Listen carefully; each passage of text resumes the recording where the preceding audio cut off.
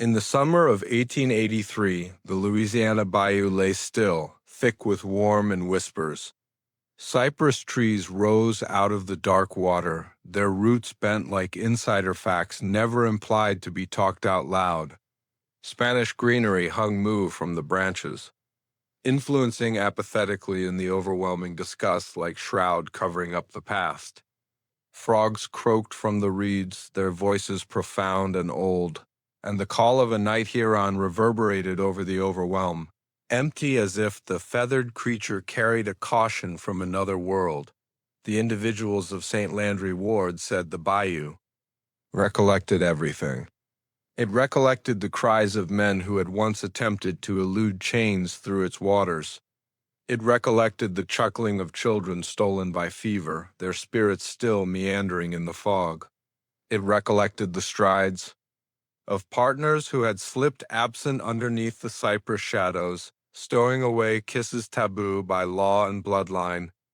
They said if you tuned in closely, when the moon was tall and the disgust was thick with the scent of spoil and water layla, you may listen the bayou speak soft, damp mumbles carried on the undulating surface.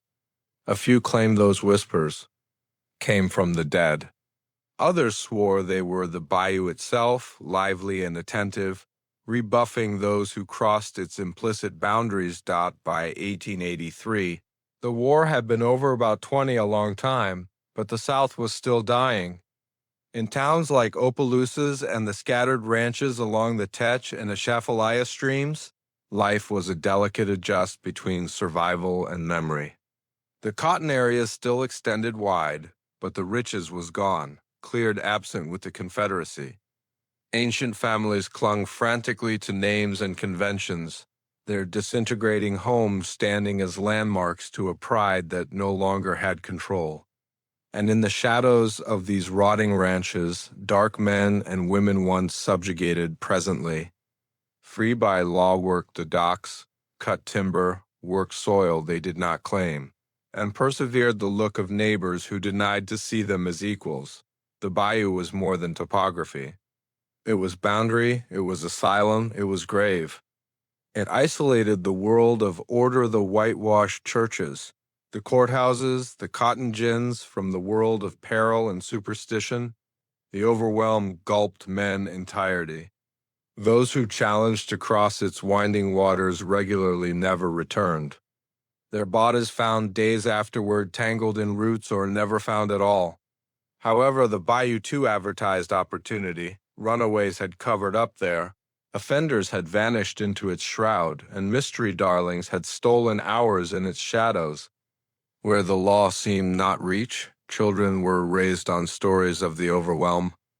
Moms cautioned girls not to meander close its edge after nightfall, for spirits less revenants walked among the trees. Ancient men swore they had seen candles drifting over the water, the lights of the dead. Cajun anglers mumbled supplications. In French sometime recently casting nets, and Creole grandmas burned sage at entryways to keep the swamp's fretful souls at inlet. Whether one accepted in spirits or not, all concurred on one truth: the bayou had eyes, it observed. It remembered that summer was more smoking than most. The disgust squeezed overwhelming against the skin, and evenings brought no alleviation. Creepy crawlies murmured perpetually, their wings brushing against sweat-dampened tissue. Mosquitoes rose in dark clouds, their chomps taking off fever in their wake. The waterways ran moderate, thick with residue, their surfaces reflecting skies that burned ruddy at sunset and pale silver by moonlight. The soil itself appeared swollen, pregnant with insider facts, holding up for something to break. It was in this place, this delicate, frequented land, that the story of Clara Whitmore and Elijah Turner started. But sometime recently their names got to be whispers in the mouths of area tattles. Sometime recently, the night of the storm and the disloyalty, the bayou itself was as of now telling their story, on calm nighttimes when the sun sank behind. The trees and the sky turned bruised with purple, families accumulated on patios. Men smoked, ladies fanned themselves, and children lay half asleep on shaking chairs. The discussion was continuously the same crops, obligations, the church, and who was seen strolling with whom. But in some cases, when voices brought down and eyes shot toward the overwhelm, the subject moved to things implicit in sunshine. They said the Whitmore plantation, though littler presently, its areas unkempt was reviled. They said the Dowager Margaret Whitmore kept as well numerous privileged insights behind her bolted shades. And they said her girl, Clara, was not, like the other girls, too inquisitive, as well eager, as well willing to meander where she did not belong. The area had seen catastrophe some time recently. Amid the war, soldiers' bodies had been dumped into the bayou like cattle, their names overlooked, their boots stolen by foragers.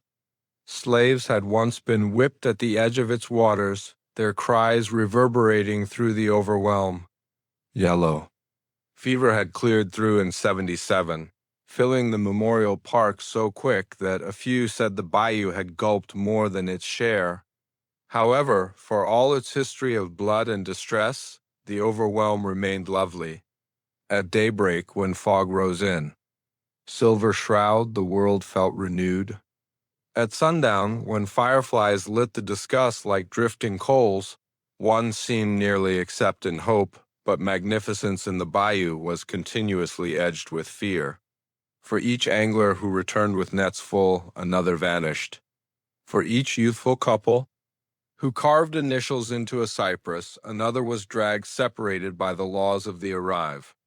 And in 1883, the line between excellence and fear developed more slender than ever. Travelers passing through St. Landry regularly commented on the quiet. Not at all like the bustling roads of modern Orleans or the prolific open fields of Texas. The Bayou Nation appeared solidified, untouched by advance. No railroad had, however, carved through its wild.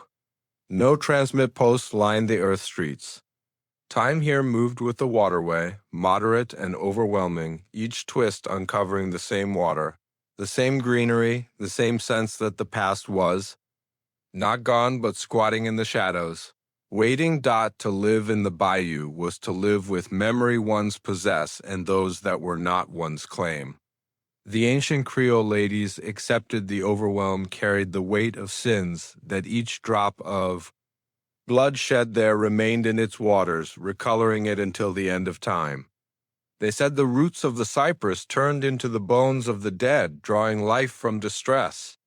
They said the disgust itself was overwhelming since it was thick with grief. The bayou was never purged. Indeed, in hush it talked. It talked in the sprinkle of inconspicuous animals underneath the surface, in the stir of snakes slipping through reeds, in the moo murmur of creepy crawlies that never ceased.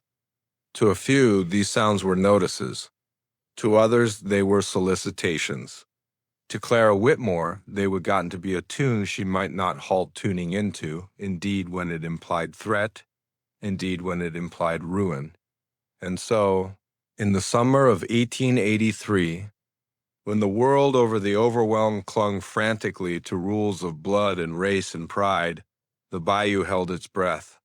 It held up for the strides of a young lady who did not, however, know her destiny, and for the voice of a man who carried history in his scars. It held up to witness a union the world would not forgive, for the bayou recollected everything, and it was approximately to keep in mind them. Clara Whitmore was 19, a long-time ancient, in the summer of 1883, in spite of the fact that at times she felt more seasoned than the a long time she carried.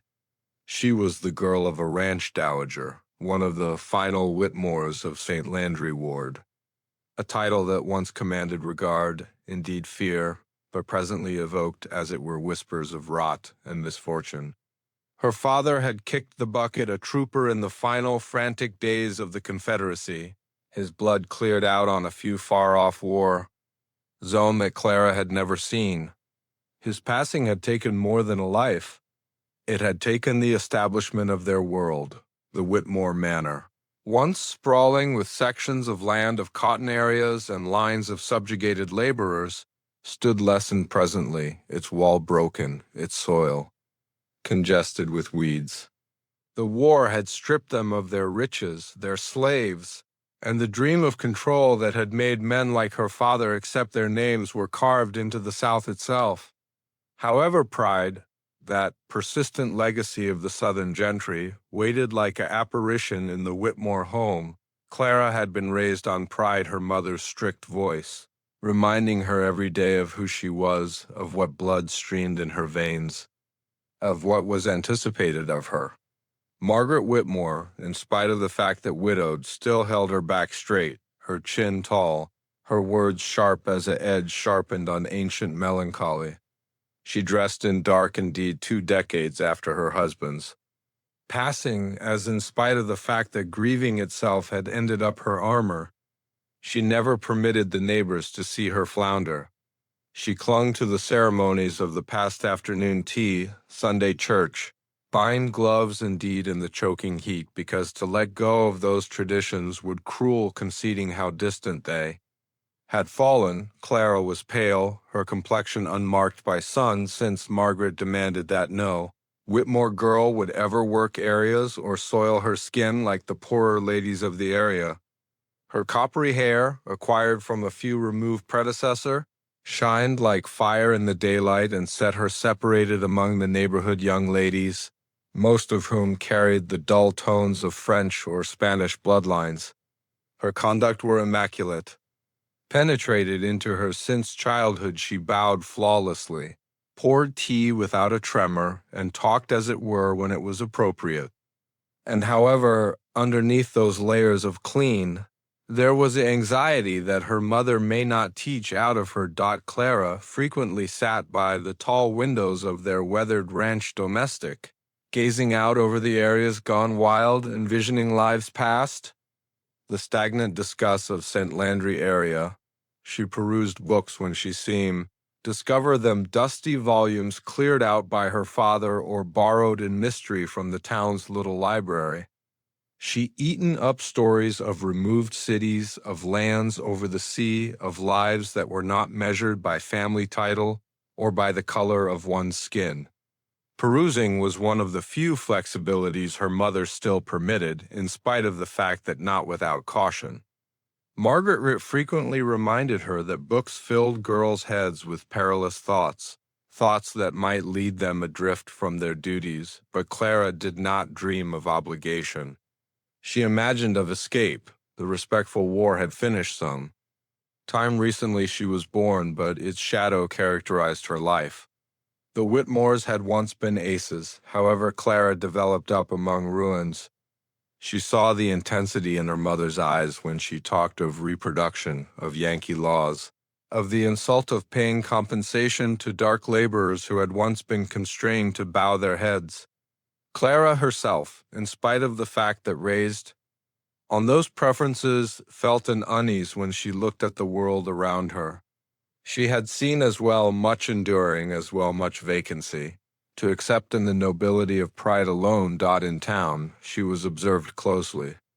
The children of neighborhood landowners saw her as the appropriate match-away to tie families, to protect what small remained of the southern range. They tipped their caps when she passed, advertised courteous grins, but their words were filled with suspicions that she would one day wed one of them, bear children, and proceed the cycle of keeping bloodlines unadulterated and names intaglio. Clara grinned when anticipated, but her heart recoiled. Her life, in spite of the fact that plated by conduct, felt like a jail. The Whitmore house itself was a rotting landmark to that prisoner-wide, 2-story manor domestic with peeling white paint, screens that shaken in the wind, and lobbies that resounded with hush. Representations of long-dead precursors lined the dividers, their painted eyes observing her each step, as in spite of the fact that reminding her of her obligation to the past. At night, when the cicadas shouted exterior and the bayous muggy, breath floated through the open windows. She some of the time envisioned those representations whispering to her, caution her, authoritative her. But Clara's heart, youthful and untamed, yearned for something more. She found herself meandering to the edge of the property, closed the tree line where the bayou started its moderate sprawl into shadow. There, the disgust felt different, thicker, yes, but moreover more liberated. The overwhelm was not bound by rules of blood or title. It had a place to no one, and however it held everyone's insider facts. Standing there, tuning into the frogs and the stir of concealed animals, Clara felt a drag she might not explain. The other young ladies of the area whispered approximately her as well. They said Clara was as well glad to connect their sewing. Circles, as well interesting with her books and her long strolls alone. A few indicated that her mother's strictness had made her impossible to miss, that she might never wed if she did not mollify her ways, but Clara disregarded them. She was not interested in sewing cloth or tattling approximately suitors. She needed something that made her heart race, something that made her feel lively in a world that appeared half dead, with tradition. Margaret taken note, of course. A mother continuously takes note. She reminded Clara day by day of her obligation. Her legacy, her obligation to carry on the Whitmore title. She talked of marriage as if it were salvation, a way to grapple their declining fortune to another family. But Clara, tuning in quiet, thought as it were of chains in her heart. She knew she was standing at a junction, one way driven to acquiescence. Marriage to a man she did not adore, a life went through facilitating lunch get-togethers, raising children, keeping house, and noiselessly observing the final fiery debris of her family's pride seethe into clean. The other path she might not, however, see clearly, but she knew it was there led someplace else. Someplace perilous, someplace forbidden. It was in this delicate, fretful state that Clara to begin with saw Elijah Turner on the docks of Opelousas, his solid hands lifting timber, his dull skin sparkling with sweat in the unfeeling Louisiana sun. Their eyes met, as it were, for a minute, but in that minute, everything she thought she knew started to shift, and in spite of the fact that she did not, however, realize it, the bayou silent, old, watchful had, as of now, started to weave her destiny. On a muggy evening in the summer of 1883, when the disgust hung overwhelming like a thick, damp cloth over Opelousas, Clara Whitmore found herself meandering closer to the docks than she had ever challenged. The sun had started its moderate plummet. Behind the removed trees, casting long, brilliant shafts of light that flickered off the river's surface. The water sparkled with 1,000 moving reflections, each one whispering of development underneath the surface of lives that were covered, up, brief, or misplaced. Cicadas buzzed in the trees over, their voices sharp and resolute, filling the crevices between the incidental sprinkle of paddles or the squeak of timber being unloaded, and at that point she saw him, a tall, dark man, standing close the edge of the dock, his figure laid out against the blurring sun. He moved with a measured quality, lifting overwhelming bars of timber with accuracy, his muscles undulating underneath dim skin that shined with sweat. He was youthful, maybe as it were marginally more seasoned than Clara herself, but there was a gravity to him that made him appear older than his a long time, more seasoned than the world around him. His confront bore marks of life's difficult lessons, a swoon scar over his jaw, lines in his forehead that talked of duty and continuance, and eyes that appeared to hold whole histories. His title was Elijah Turner. He had been born free in modern Orleans, a irregularity that came with its possessed burdens. The Turner family had overseen to elude slavery's full get a handle on sometime recently the respectful war, but flexibility had not come without taking a toll. Relatives had been torn, separated, sold, or misplaced to the unfeeling laws and exchanges that characterized the South's brutal history. Elijah carried their recollections with him, as if they were carved into his skin along with the scars that time and circumstance had cleared out. He worked energetically, day after day at the docks, felling timber, stacking cargo, gaining a living in a world that was regularly unfriendly and unforgiving. Clara, covered up behind the railings of a little distribution center, observed him.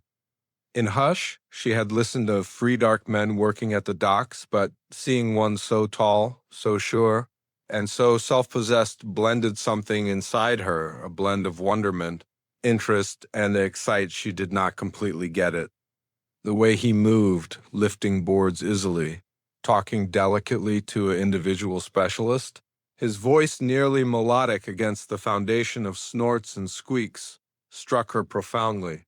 She had been prepared to take note such things, manners, pose, composure, but Elijah's nearness opposed straightforward perception. He appeared lively in a way the townspeople, caught by pride and fear, seemed not permit themselves to be, her beat enlivened. Clara had been told all her life to keep separate from individuals like him. Not that she completely caught on what that meant. She had developed up in a family where the war was still a crude story, told in quieted tones and sharp recollections. Her mother had demanded that their family's title seem as it were survive if they remained cautious. If they never crossed certain lines, if they never engaged contemplations of interest or association that seemed bring outrage. However, here, standing by the edge of the docks, the weight of desire felt removed, nearly unessential, in the nearness of this man. Elijah delayed, wiping his forehead with the back of a calloused hand. The sun flickered on a silver bracelet around his wrist, a token, maybe from his family, or a blessing earned through a few individual triumph. Clara's breath caught as their eyes briefly met. There was no acknowledgement, no shared history, but in that moment something moved. It was not fascination alone. It was a sense of understanding, of affirmation of each other's presence past the shallow divisions of the world. The dock was lively with labor. Men yelled to each other, facilitated the arrangement of overwhelming boards and moved cargo with the beat of practiced exactness. The scent of damp timber, salt water, and the sharp tang of the stream filled the discuss. Vessels bounced tenderly against the wooden arches, their sails slack in the calm evening wind. Elijah moved among it all with an ease that appeared both normal and intentional, as if the dock were an expansion of himself, organized where he had a place more than any place else in the town. Clara felt a blend of interest and fear.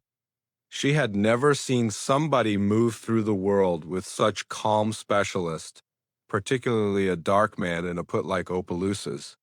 The town was little traditionalist and immovable in its racial chain of command. To take note somebody like Elijah, so straightforwardly to feel drawn to him, was in itself an act of rebellion, even if she did not completely get it, however. She ducked somewhat behind the distribution center bars, observing him talk delicately to a more youthful specialist, giving him lightning that were firm but kind. His hands, scarred and calloused from a long time of labor, moved with the accuracy of somebody who had went through a lifetime forming his possessed way, carving it out of a world that seldom advertised him a choice dot. As the evening wore on, the sun plunged lower, casting long shadows over the water and the dock. Fireflies started to squint along the edges of the riverbank, little lights floating over the dim surface of the bayou that wound noiselessly behind the town. Clara's heart dashed, not fair with interest, but with a sense of certainty she might not clarify. Elijah Turner, a stranger in each sense, had ended up a nearness in her life in a way that she would carry forward. Indeed, if she did not, however, know his name, when he at long last looked toward the distant edge of the dock, Clara ducked impulses, her cheeks flushing. She had been found, however his eyes waited for, as it were a pulse sometime recently returning, to his work. That little affirmation, that short-lived acknowledgement of her presence, cleared out a stamp more profound than any she had felt some time recently. She felt a blend of fear, yearning, and something like hope unsafe. Exciting trust that she knew would not be invited in the unbending limits of her world. The bayou behind the docks whispered in the evening breeze, carrying the guarantee of privileged insights and the weight of untold stories. Clara knew indeed in that minute that her life was around to alter. Elijah Turner, with his calm quality, his melodic voice, and the undetectable burdens he carried, had entered her world, and the swells of his nearness would be felt distant past that muggy evening at the Opelousas dock by the time Clara returned. To her domestic, the sun had vanished behind the trees, clearing out the town showered in the delicate blue-gray fog of sundown. Her intellect replayed each detail, the bend of his shoulders, the cautious way he lifted timber, the scar that ran faintly along his jawline, the implicit stories that appeared to drift around him. That night, in the security of her room, she would lie wakeful gazing at the ceiling, considering of Elijah Turner, the stranger at the docks, and ponder what it would cruel if their ways crossed again. To begin with time, Clara felt the stirrings of a crave that might not be named, an interest that opposed her mother's notices, a drag toward something illegal. And in spite of the fact that she did not, however, know it, the bayou, old and attentive, had as of now started to record to begin with lines of their story, lines that would be whispered through the cypress trees for a long time to come. Their eyes met in a brief minute that extended longer than either of them realized. The sticky discuss around the Opelousas dock overwhelming with the fragrance of timber, waterway water, and the swoontang of salt carried a priver from the inlet. Clara Whitmore had never felt her beat race like this, not indeed when her mother reproved her for meandering as well distant from the house or when she barely gotten away the chastening of her tutor. There was something in Elijah Turner's gaze, dark, relentless, and discreetly compelling, that pried open a portion of her heart she had never recognized. It was a drag she may not clarify, something that whispered of peril and yearning all at once, as if undetectable strings associated them over the disgust between them. In that brief trade, Clara detected a constraint more seasoned than herself. More seasoned than the ward, more seasoned than the war that had cleared out her family in ruins. The bayou, thick and quiet past the edge of the dock, appeared to incline closer as if it were spying, as if the cypress trees and hanging greenery were keeping record of the minute. It was as if the water itself recalled each mystery crave, each stolen look, each heart that had challenged to beat against the rules forced by society. And presently it was recollecting her. Elijah's eyes met hers with a cautious escalated. He had seen interest some time recently, but not very like this. Most youthful ladies, particularly girls of widowed manor proprietors, looked at him with doubt, or more regrettable, with the respectful impassion that society requested. But Clara's look waited. She did not turn away her eyes, nor did she lower them. She challenged in a calm, implicit disobedience to hold his gaze. There was peril here, the kind that Clara had been instructed to recognize but never to title. In 1883 Louisiana, the laws of race and course were unwavering. A dark man and a white lady sharing a minute of acknowledgement may demolish families, crush notorieties, and indeed welcome savagery. However, the threat, as it were, increased the excite she felt, a unsafe power that made her stomach fix and her heart pound against her ribcage as if attempting to break free. Elijah looked absent to begin with, not out of disgrace, but out of caution.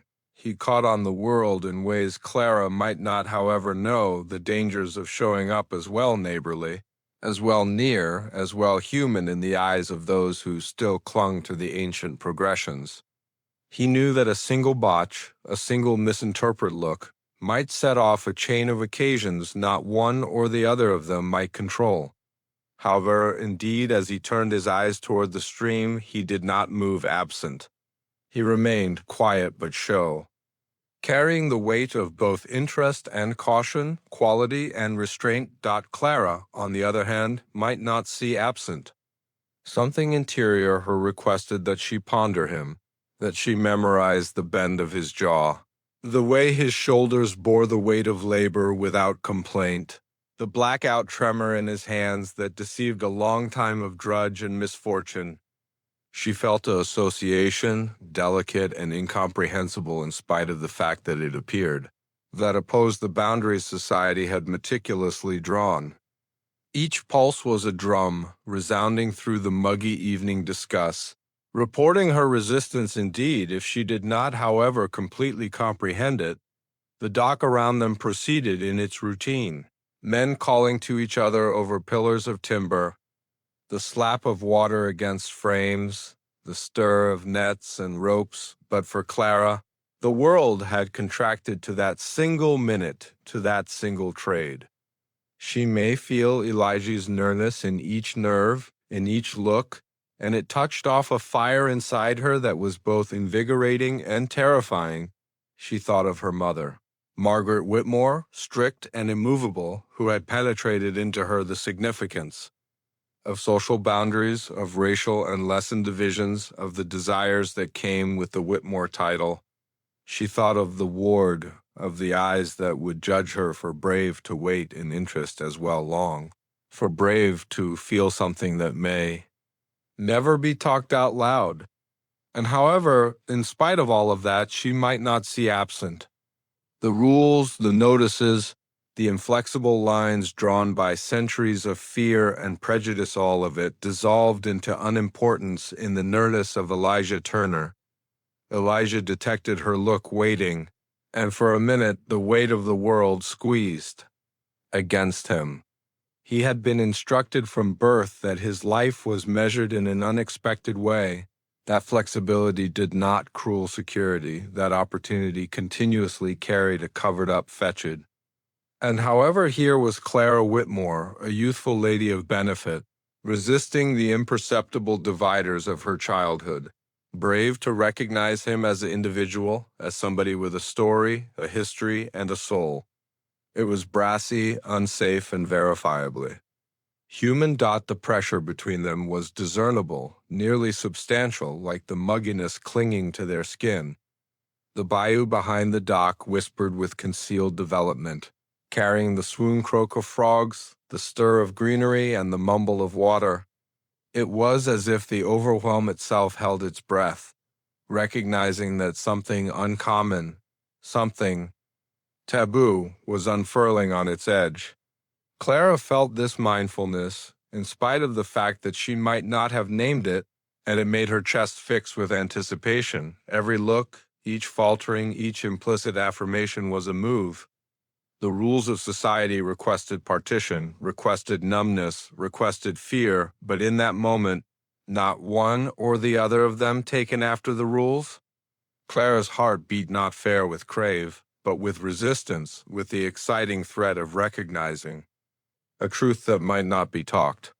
She had never felt such concentrated in her life, never so lively, so cognizant of her possessed beat, of her claimed nearness, of her possessed control to feel and take note and exist. Minutes passed, in spite of the fact that it felt like hours. At last, Elijah moved, bowing to lift another bar, and the spell was broken. He had looked absent to begin with, but the association waited, a string imperceptible, however unbreakable, extending over the muggy evening, over the dock, over the boundaries forced by a world unwilling to see them together. Clara's beat did not moderate.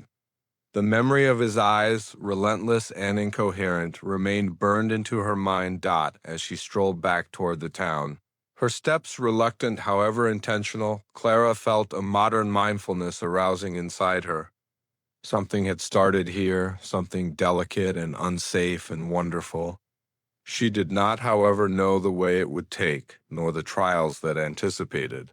But she knew she had seen a plausibility past the limits of her upbringing, a plausibility That would request strength, insubordination, and a readiness to confront the unknown. The bayou behind the docks whispered once more, its insider facts streaming quietly underneath the surface.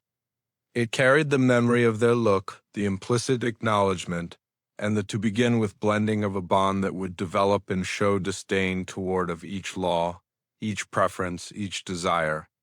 And in spite of the fact that not one or the other, Clara nor Elijah might, however, completely get at it, the minute had changed them both until the end of time. In St. Landry area, rumors traveled quicker than the summer wind blowing through the cypress trees. Talk was the backbone of the town, carried in the quiet of parlors, whispered between the lines of church seats, and mumbled along the wooden sidewalks exterior the common store. It appeared that each look, each motion, each passing interaction might end up a story, overstated and turned by the creative energy of a ward enthusiastic to protect its delicate sense of arrange. White ladies, particularly those of well-known. Families like the Whitmores were anticipated to stay pure, untouchable in both body and notoriety. Any deviation from propriety, real or imagined, was sufficient to recolor their names forever. To indeed talk compassionate to a man of color, no matter how guiltless the aim, was considered a transgression serious sufficient to demolish a family standing. In the strict, various-leveled world of St. Landry, the color of one's skin directed not as it were social intelligence, but the boundaries of crave, fellowship, and aspiration.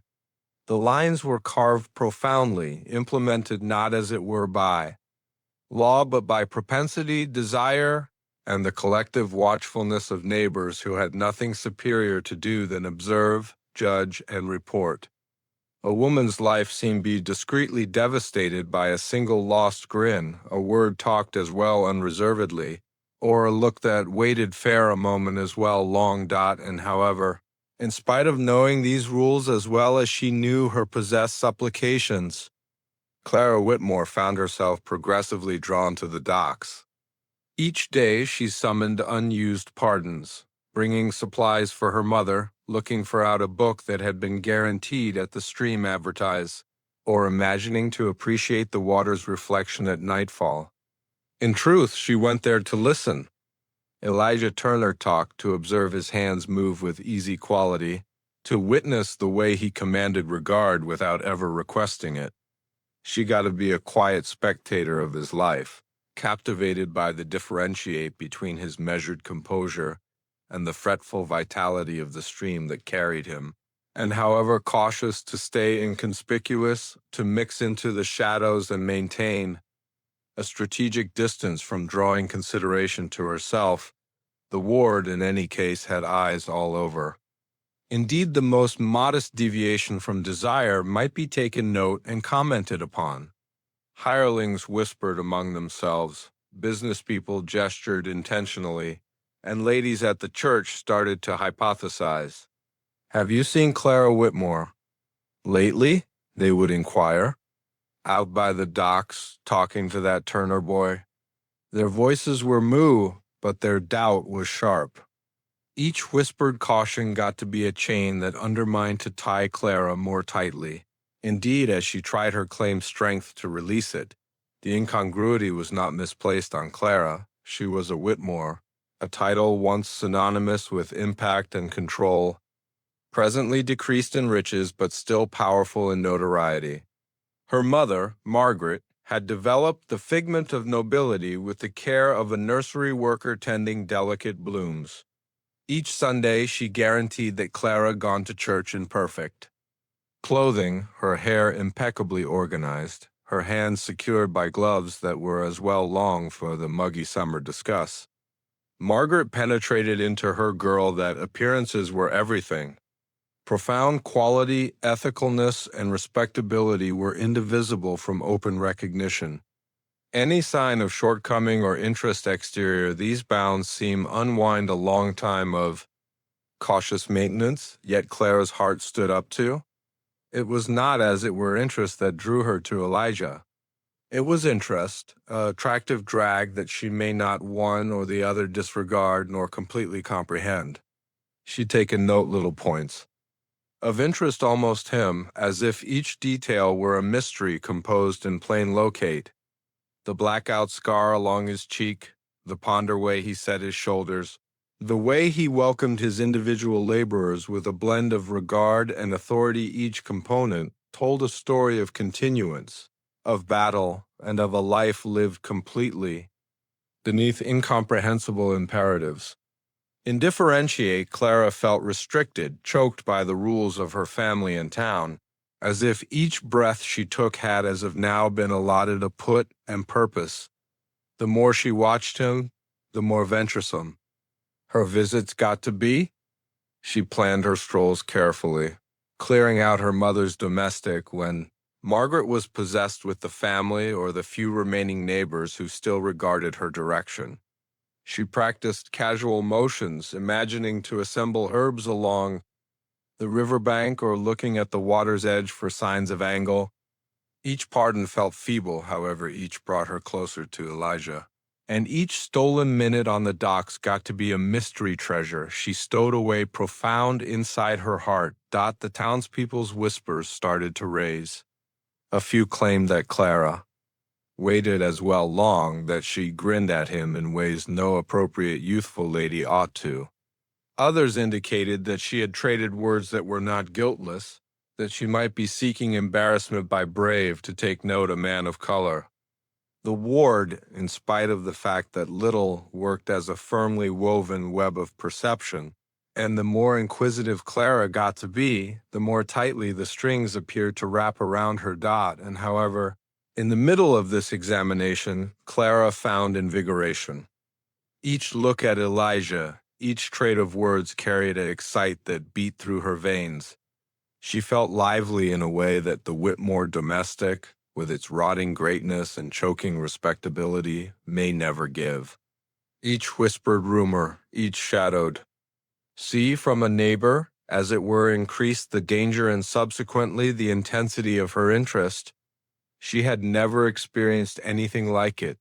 The concurrent fear of being caught and the powerful charm of seeing something illegal. Something implicit, something alive. Elijah himself remained to a great extent uninformed of the developing storm. He'd taken note her sometimes, perhaps a short-lived look from the edge of the dock, but he was cautious, measured, mindful of the results. In his world, a single misstep might lead to demolish. The weight of history squeezed upon him. Opportunity did not ensure security. And however, he might not overlook the nearness of a youthful lady who waited at the edges of his life with interest in her eyes and brave in her heart. The bayou, streaming unobtrusively behind the town, appeared to take part in this dramatization. Its waters gleamed in the setting sun, reflecting the pressures of a society clinging to unbending lines and the mystery stirrings of a heart resisting them. The cypress trees, moss-draped and quiet, bore witness to endless illegal looks, endless whispered wants, endless broken hearts. Clara's nearness there felt both standard and exceptional, a little disobedience against centuries of desire, a modest act of boldness in the confront of choking scrutiny. As summer extended and the sun sank lower each evening, Clara's visits to the docks got to be periodic. She measured her boldness against the hazard of disclosure. Each step toward the water a challenge to the boundaries forced by her family, her town, and her world. The chatter developed louder, however her interest did not falter. If anything, it escalates, bolstering on the excite of peril, the illegal, and the evident drag she felt toward Elijah Turner. In a town where each move was observed, each word recorded in whispers. Clara Whitmore had started to learn the inconspicuous craftsmanship of insubordination. She adjusted interest and caution, craven judiciousness, weaving her claim mystery way through a world that requested acquiescence. And in spite of the fact that she may not, however, title it, she had started a travel that would alter everything her life. Her family and the exceptionally texture of St. Landry Parish, the bayou streamed on, noiseless and understanding, holding its breath for the stories that were, however, to come. It recollected each look, each stolen minute, each calm rebellion. And in that summer of 1883, it started to hold Clara Whitmore and Elijah Turner in its careful grasp, knowing that their lives were approximately to entwine in ways the town might never excuse. One muggy evening, when the disgust hung thick with the fragrance of damp soil and the delicate fragrance of wild jasmine floating from the riverbank, Clara Whitmore found herself strolling toward the Opelousas dock once more. The sun had long since vanished behind the skyline, clearing out the world cloaked in sundown, and the to begin with fireflies started to twinkle over the water's surface. Their lights, minor and sensitive, floated in the dusk like flashes of enchantment, enlightening the moss-draped cypress trees that bordered the waterway. Each glint reflected the expectation thrumming in Clara's chest as she drew nearer Elijah Turner, who was stacking timber close the edge of the dock.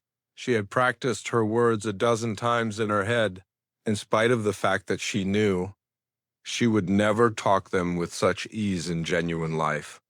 The chance was ever present, a single word as well long, a look as well strong, might set off a chain of embarrassment that no Whitmore title might withstand. And however her interest had developed more grounded than her fear, each evening, the drag toward him the attractive nearness that had taken hold weeks ago demanded consideration, requested engagement, requested the strength to speak. Clara took a moderate step forward, the wooden sheets squeaking faintly underneath her feet. "Mr. Turner," she called delicately, cautious not to raise her voice as well tall.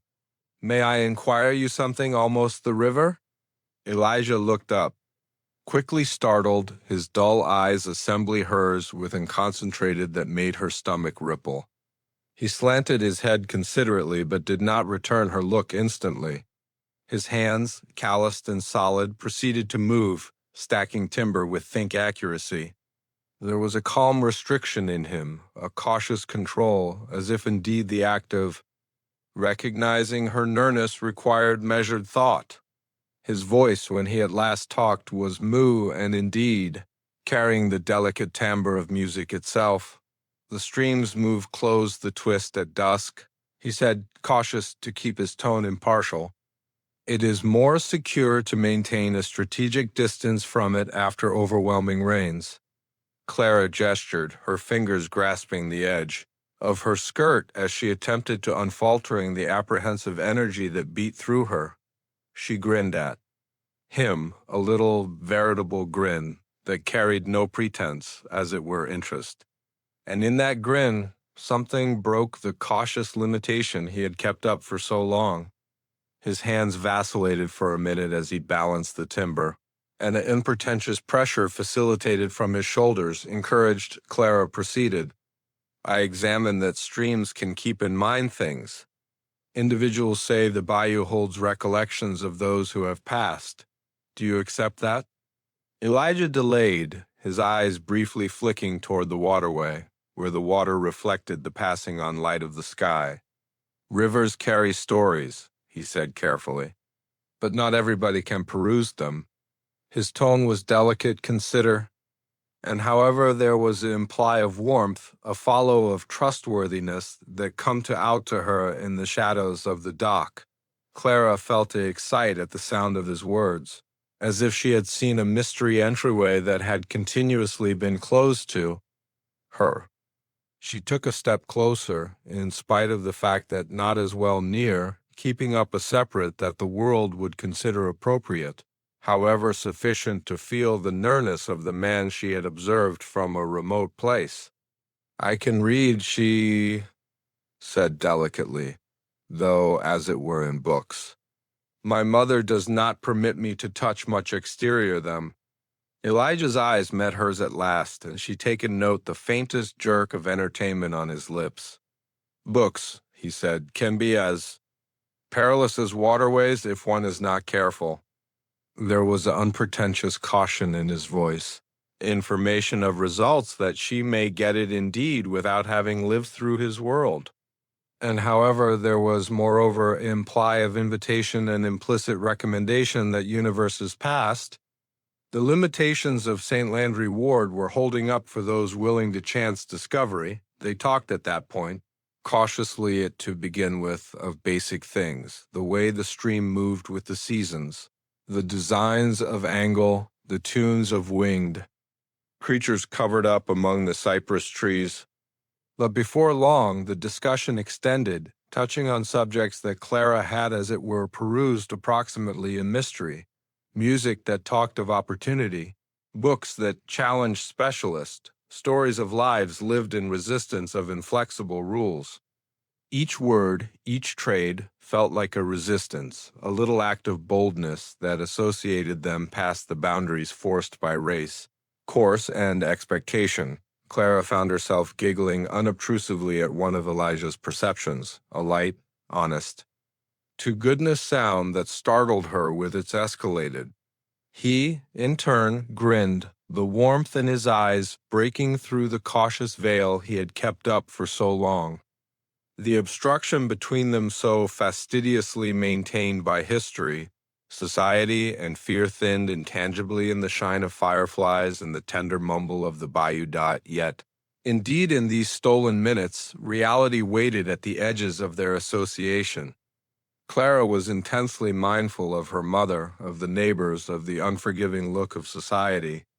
Elijah carried the weight of his possessed history, a family torn separated by subjugation, a life characterized by watchfulness and limitation, a flexibility that was delicate and regularly undermined. Each word they traded was tinged with chance. Each grin carried results they both felt but challenged not title aloud. As the evening wore on, the dock developed calmer. The sun had completely vanished, taking off, as it were, the dim light of the fireflies and the intelligent luster of the waterway. Clara knew she seemed not wait much longer, however she seemed not bring herself to take off. Each moment went through. In discussion with Elijah felt like an arousing, a disclosure of conceivable outcomes she had never challenged to envision. The world of her mother, the world of respectability, desire, and confinement seemed far off, nearly unbelievable, indifferentiate to the dynamic reality unfurling sometime recently her eyes. When at final she rose to take off, Clara felt the weight of division, the hurt of having to withdraw into the limits of her life at domestic. Elijah observed her go, his look waiting, a noiseless affirmation of the bond shaping between them. Not one or the other talked of the peril, of the implicit rules, of the fire that may expend them if found. However, both knew, profound inside themselves, that this to begin with discussion was as it were the beginning. The bayou whispered behind the dock, the delicate lapping of water against the pilings reverberating the cadence of their hearts, carrying their words and insider facts into its dim profundities. The fireflies flickered as if in endorsement, modest witnesses to association that opposed history, opposed law, and resisted the unbending boundaries of the area. And as Clara strolled domestic, her heart dashing, she caught on with a blend of fear and elation that the world she had known was as of now starting to alter. In the sweltering warm of late summer, St. Landry Ward had gotten to be a cauldron of doubt. The town, little and closely Sioux, flourished on perception, judgment, and the cautious development of chatter. Each patio, each corner of the commercial center, each shaded seat beneath the oak trees appeared to hold an ear, an eye, a tongue prepared to record slips and spread whispers. In this environment, a single look, a single misinterpreted step might swell into catastrophe. Clara Whitmore, whose interest had drawn her over and over to the docks, had unwittingly set herself at the center of this careful scrutiny. The to begin with whispers started quietly, nearly innocuously. At the advertise, a dowager who prided, Herself, unknowing everything that happened past her possessed, unassuming property, claimed she had seen Clara strolling as well near to the docks. She told her companions, emphasizing in quieted tones the shamefulness of the youthful Whitmore girl wandering into spaces implied for laborers and men of color. She was close to timber stacks, the dowager said, her voice scarcely over. A whisper, talking with him, a Turner boy, I think. And she waited. As well long?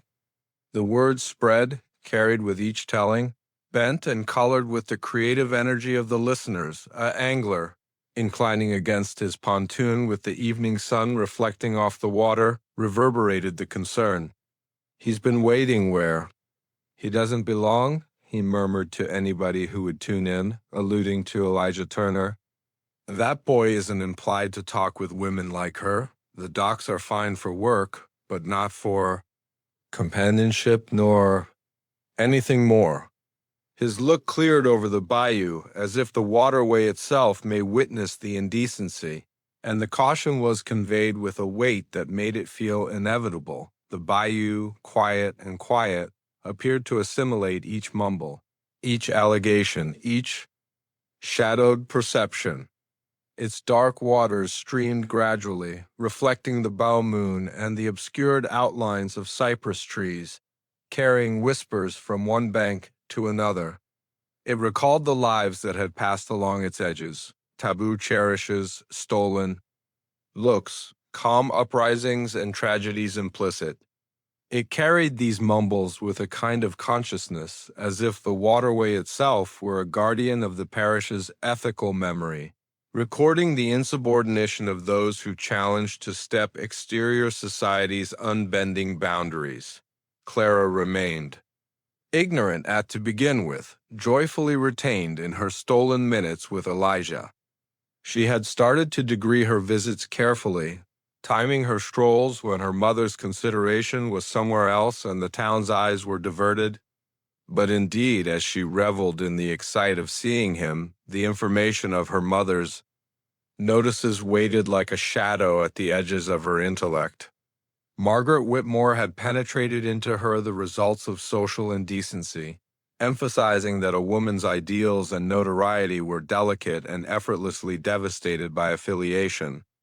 With men of color, especially in the strict limits of the post-Reconstruction South. Elijah, as well, detected the altar. The concentrated of his work at the docks remained, but there was a caution in his developments, an inconspicuous mindfulness of the whispers that had started to whirl around the waterway and town. He had lived a life tempered by the weight of desire, by the consistent watchfulness required to explore opportunity in a world still administered by preference. The swoon looks, the mumbled perceptions, indeed the waiting nearness of inquisitive spectators made each discussion with Clara more charged, more perilous, and however inconceivably compelling. As the rumors developed, so did the pressure. The town's ladies observed Clara with expanded investigation. They commented on her hair, her dresses, her skirts brushing as well near to the river's edge. Each trip to the docks, each interaction with Elijah, got to be feed for whispered wrangles about at church, amid sewing circles, and along the dusty boulevards. "Do you think she knows the hazard she takes?" One lady inquired, her tone loaded with both concern and judgment. "Do you think she gets it what might happen if word spreads?" Word did spread, carried like fierce blaze through the firmly weaved community. Each teller included embellishments, changing the blameless interest of a youthful lady into outrageous proposal. A few claimed to have seen Clara's skirts lifted by a perky breeze, surrounding her as careless. Others whispered of discussions caught, overstated into closeness. Each rumor picked up weight with reiteration, developing heavier in the creative ability of those who passed it along. And however, in the midst of the developing investigation, Clara felt a confusing elation. The threat made her feel lively, the exceptionally act of defiance, a look, a grin, A calm conversation became an excite that beat through her veins. She caught on at slightest faintly that her activities were crossing imperceptible lines, but the drag toward Elijah was more grounded than fear. Each assembly at the dock got to be a noiseless disobedience, a calm resistance to the strictures that bound her, a claim to her possessed heart and curiosity. The whispers did not stay limited to the area lanes. They come to her mother, Margaret, who had eyes all over and ears in each corner of the town. Margaret's reaction was measured but firm. She talked small, but her dissatisfaction was clear in the fixed lines of her confront, the sharpness of her voice when she tended to Clara, the cautious control she applied over the family. Margaret caught on the gravity of rumor in a society so bound by notoriety. One misstep might fix eras of carefully protected respectability. Clara, in any case, might not suppress the excite that rose in her chest at the thought of these exceptionally threats. The bayou, with its intelligent dark waters and understanding quiet, appeared to energize her, carrying her heartbeats along its surface. Blending the murmur of creepy crawlies with the stir of greenery, the lap of water against pilings, and the removed cry of night-feathered creatures.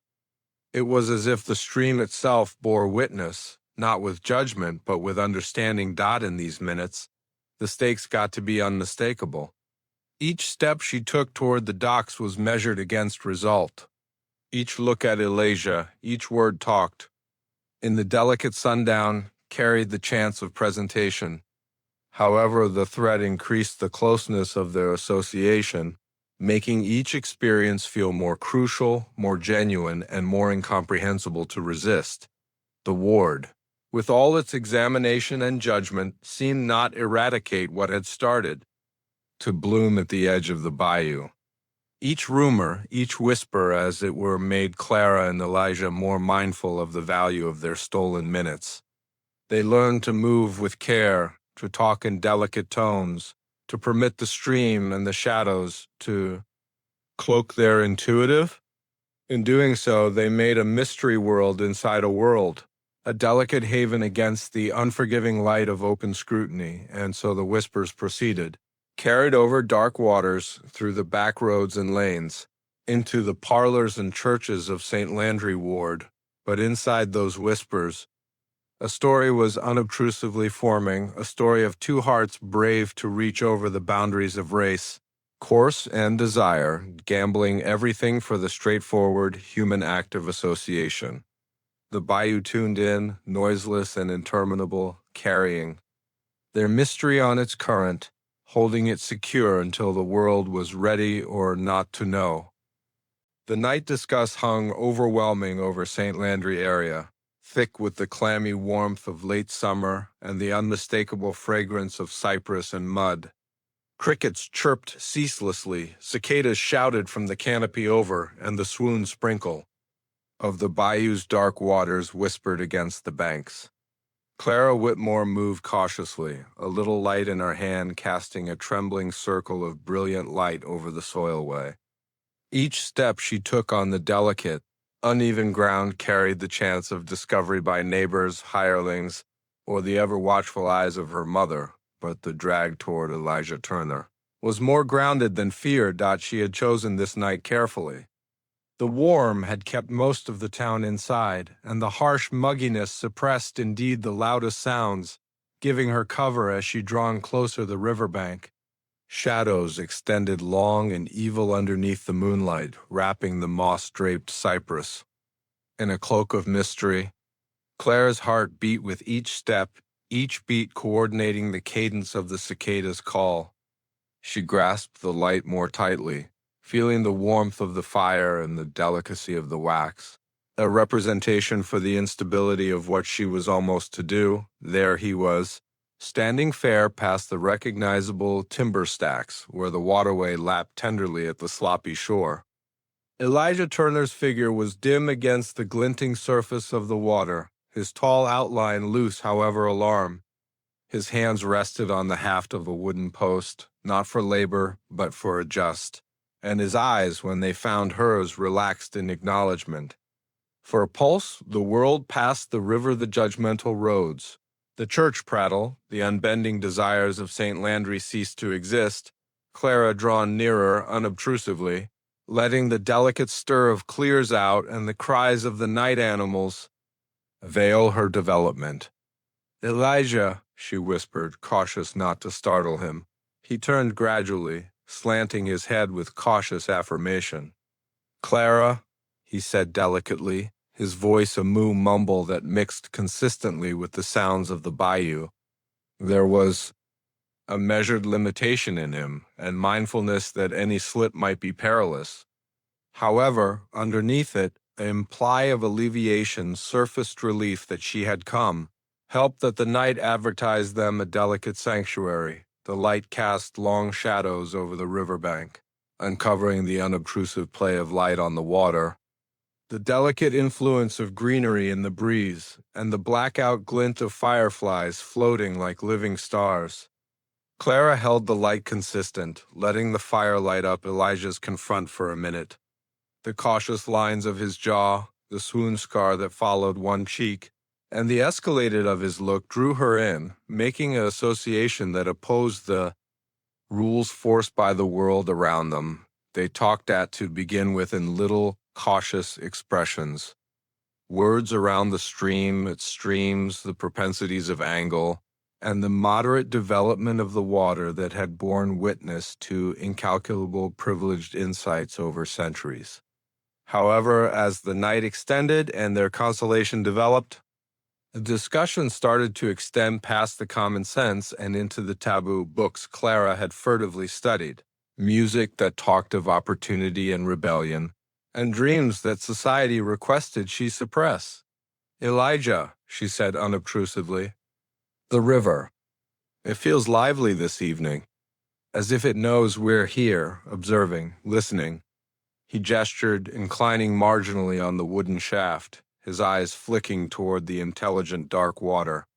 "The bayou keeps secrets," he said, his tone moo, "and ponder, carrying both caution and closeness. But individuals don't. They conversation, they watch, they judge. Here we are secure for a minute, but the world past is continuously waiting." Clara gulped difficult, feeling the weight of his words. Each step she had taken to reach this minute carried threat, and however incomprehensibly it made the minute all the more valuable. The world exterior, with its prattle, desires, and rules, squeezed against them like the summer warm. But here, at the riverbank, it blurred, supplanted by the hint gleam of light and the delicate refrain of nighttime. Life. Hours passed without take note. They talked in whispers, their voices trembling between fear and yearning, between the excite of vicinity and the uneasiness of introduction. Clara told him of books she had covered up in her room, stories of ladies and men who opposed specialists and looked for lives of opportunity. Elijah, in turn, shared parts of his possessed history, his family, their survival, and the burdens he carried as a free man in a world that regularly looked for to rebuff them for brave to exist. The discussion meandered into giggling, calm chuckles, at perceptions around the town and its unbending codes and the way neighbors' interest might border on ridiculousness. Each chuckle, each grin, was tinged with the threat that drifted at the edges of the riverbank. However, in that peril, a significant sense of association developed. It was not only attraction, it was acknowledgement, a noiseless affirmation that their lives, in spite of the fact that partitioned by color, lesson, and desire, seemed crossed in ways the world was ill-equipped to witness. Elijah's hand brushed the edge of the post as he talked, and Clara's look taken after the development, drawn impulses to his quality and the cautious way he measured each activity. There was a verse in his restriction, a cadence to his caution that reflected the waterway itself, quiet, ponder, however carrying the potential for startling constraint. Clara felt her beat animate, realizing that want and caution might coexist. In the same breath, and that the excite of the taboo made each word, each look, each signal more distinctive, more unforgettable. The night extended. Fireflies specked the riverbank like modest lights, reflecting the one Clara carried, and the bayou whispered with concealed streams, carrying the closeness of their assembly over its intelligent waters. Each swell appeared to hold memory, each stir of greenery a witness to their taboo association. And in spite of the fact that not one or the other talked of the results out loud, each caught on that this night, this minute of stolen conversation was a disobedience, a claim on time and feeling that society looked for to deny them. Eventually, the to begin with clues of weariness drew Clara to look toward the edge of the woods, toward the way that would take her securely back domestic.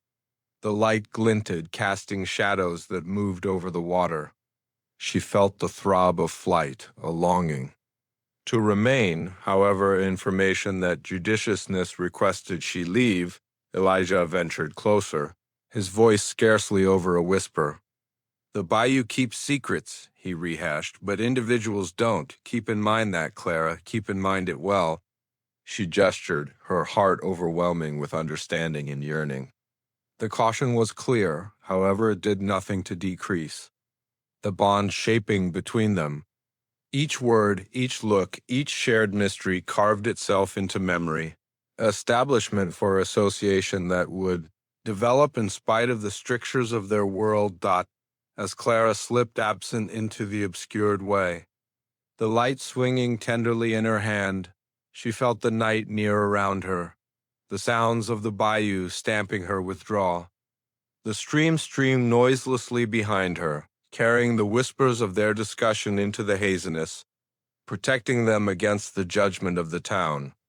The cicadas shouted, veiling her strides, a refrain of mystery and security that appeared to get at the delicacy of what had been shared. By the time she come to her domestic, sweat clinging to her skin and hair put to her neck, Clara knew she had crossed a line. The chance was irrefutable, however, the reward, the association, the understanding, the excite of seeing and talking with Elijah was worth it. The night had talented them something valuable, a shared space exterior, the rules, a brief asylum, and the information that the bayou itself bore witness to what the town might not see.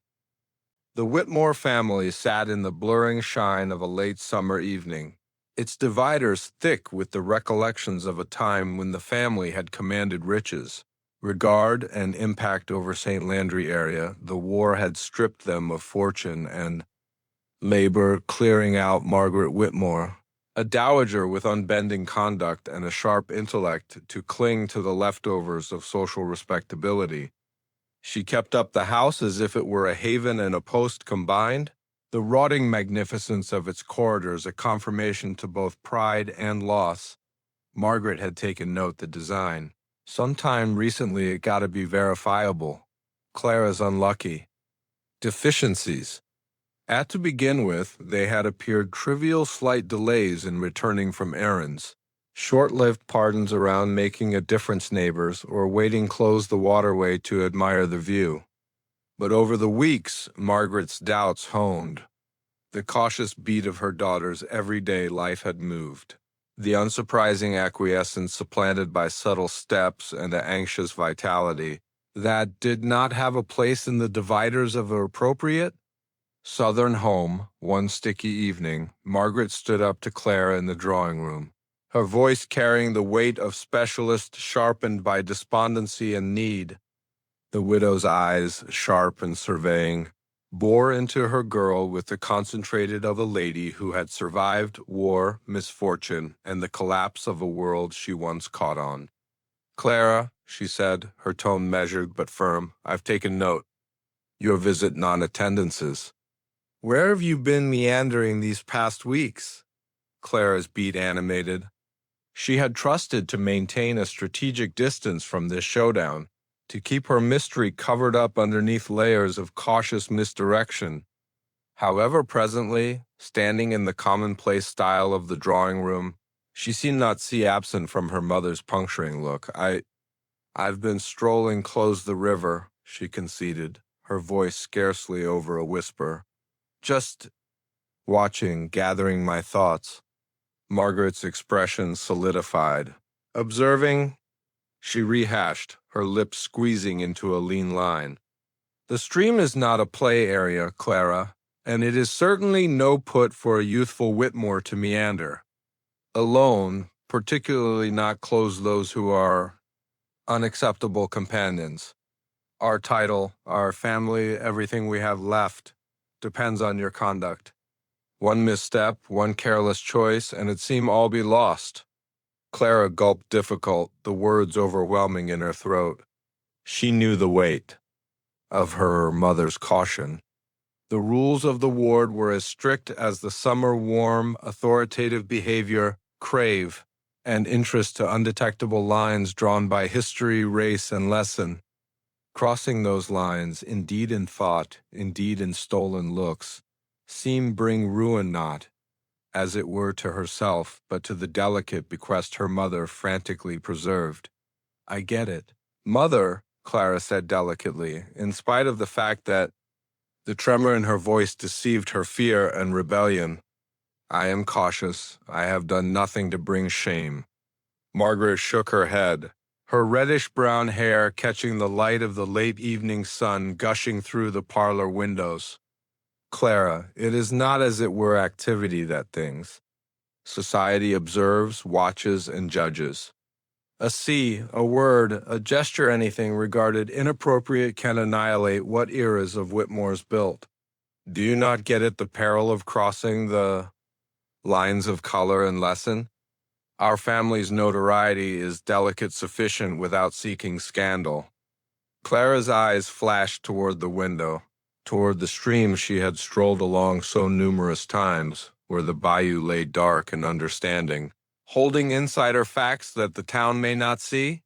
She thought of Elijah Turner, of the minutes they had shared underneath the shadow of cypress trees, of the discussions that had extended into hours beneath the cover of night.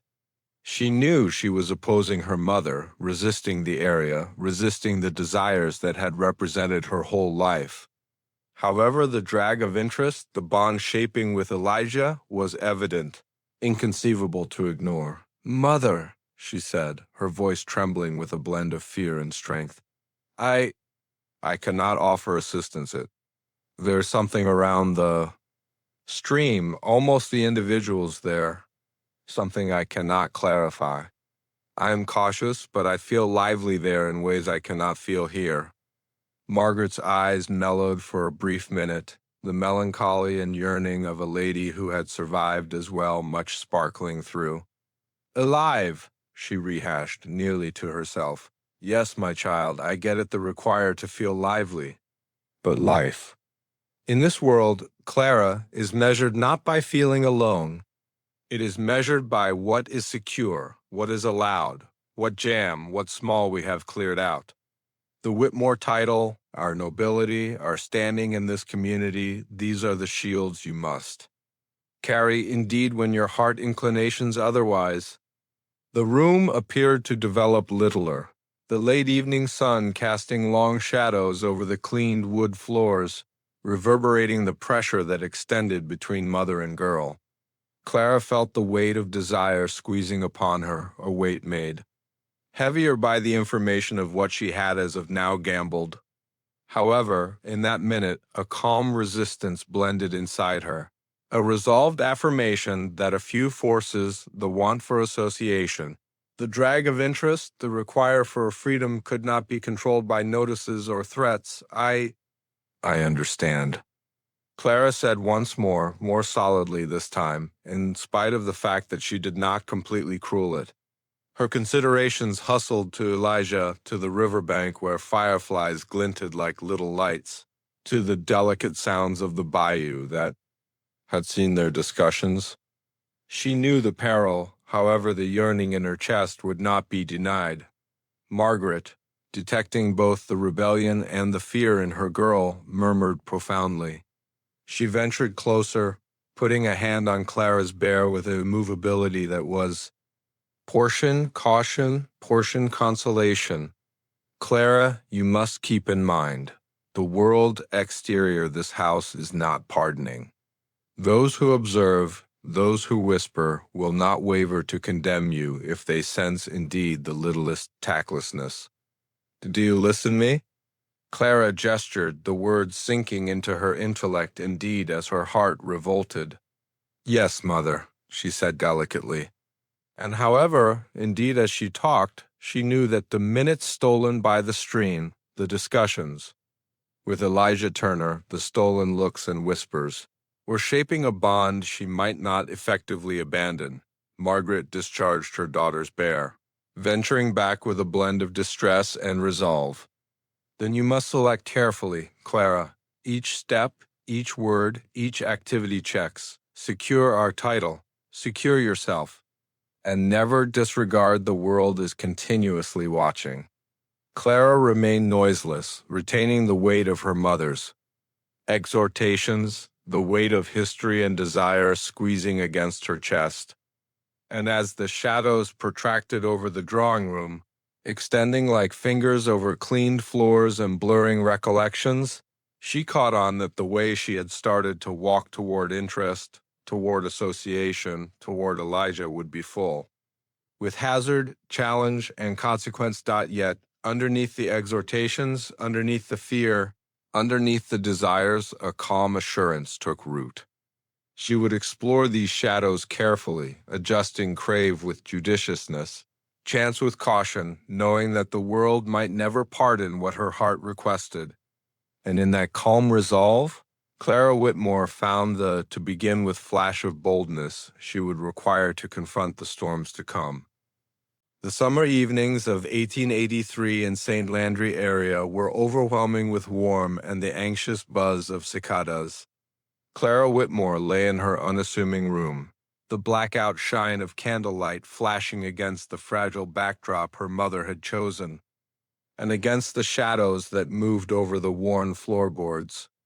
The house was calm, as it continuously was when Margaret Whitmore resigned early, expended by her obligations and her carefulness over the delicate notoriety of the Whitmore title. But for Clara, calm evenings held a pressure of their claim, an expectation that beat through her veins like the fretful cadence of the bayou exterior her window dotted was on such a night that she unfurled the letter Elijah Turner had given her. The material wrinkled and the ink smeared in places where his fingers had waited as well long or where the warmth of the day had distorted the paper. The penmanship was pondered but crude, each bend and line of his words carrying the weight of feeling he challenged not talk out loud. Clara's fingers followed the letters as if touching his contemplations might some way or another interface her to him over the separate between the docks and her bedroom. I cannot inquire you to walk into the fire with me. Elijah had composed, his words trembling with restriction. But if you select it, I will never let you stand alone. Clara felt an excite run through her chest at the words. The letter was more than a message. It was a bridge between two universes that society demanded stay isolated. It was a guarantee, a confession, a calm resistance against the unbending lines of race, lesson, and desire that characterized the ward. She tucked the letter underneath her pad, cautious that her mother would not take note the scarcest imply of taboo closeness, and lay back on her bed, her intellect on fire with the conceivable outcomes contained in Elijah's cautious, brave words. Each night from there on, Clara returned to the letter. By candlelight, she studied and rehashed the lines, committing them to memory, savoring the surface of his contemplations and the direness covered up in his restriction. The wax of the candle mellowed marginally in the warm, casting a warm shine over the pages, and in that light the room changed. The dividers fell absent, supplanted by the shadows of the riverbank, the mumble of the bayou, the delicate stir of greenery and cypress. It was as if Elijah himself were close, talking to her over the discuss thick with summer humidity. She envisioned him there, standing at the water's edge, his pose ponder, his eyes measuring the night and everything in it with calm mindfulness.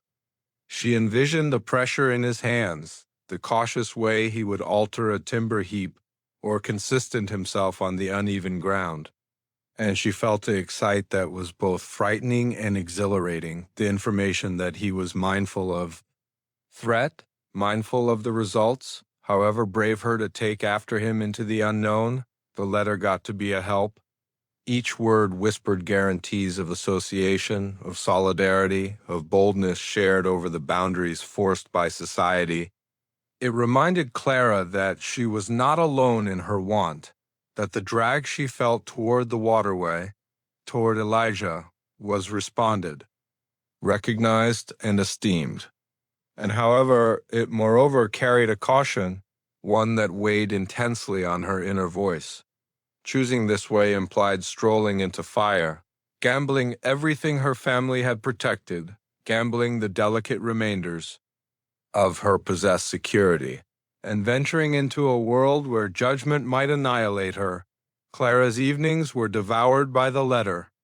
She examined it more than once, following the smeared ink with her fingertips, envisioning the minutes when Elijah had squeezed the right as well difficult in his fervor or wavering, envisioning the fireflies drifting over the docks, and envisioning the sounds of the bayou wrapping around him like a defensive cloak. Each perusing increased her mindfulness of the hazard, each word a blend of crave and caution. She felt the pressure between yearning and judiciousness, between the excite of resistance and the overwhelming weight of consequence. The candlelight glinted as she perused, shadows moving over the dividers and ceiling, casting spooky reflections that reflected the feelings blending inside her. There was fear in her excitement, the fear of revelation, the fear of outrage, the fear that her mother's notices might come to fulfillment. And however, interwoven with that fear was a furious, irrefutable excite. To begin with time, Clara felt the breath of her possessed metal, the start of independence that challenged to envision a life past the inflexible limitations of her upbringing. She thought of Margaret Whitmore, pacing the cleaned floors, of the drawing room, eyes sharp and judgmental, heart tempered by melancholy and concern for family honor.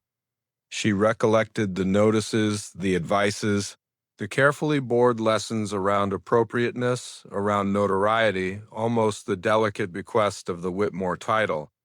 And she caught on that each letter she studied, each mystery she held, was an act of rebellion. It was a calm resistance, one that requested watchfulness, mettle, and cautious rote of a world prepared to rebuff any indicative transgression. In the isolation of her room, Clara permitted herself to envision a future formed, not by fear, but by choice. She imagined discussions with Elijah extended over warm summer evenings, the bayou as their witness, the fireflies as quiet partners. She envisioned strolling the riverbank in mystery, talking delicately of books, music, and opportunity, investigating the world that her mother had illegal her to touch. Each situation was a sensitive adjust between reality and dream, a blend of hazard and yearning that cleared out her breathless and exhilarated. Yet, indeed in her dreams, the caution in Elijah's words waited, "I cannot inquire you to walk into the fire with me." It was both a guarantee and a supplication, an acknowledgement of peril and a call to meddle. Clara caught on the gravity of the choice sometime recently her. To grasp this association completely implied venturing into a world full with chance, a world that might annihilate her title, her security, and her future. And however, to deny it would be to smother a portion of herself that had long been compelled by societal desire and fear.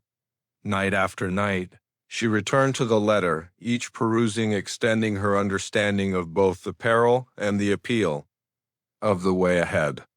The fire of the candle cast moving designs over her dividers, reflecting the violent feelings inside her chest.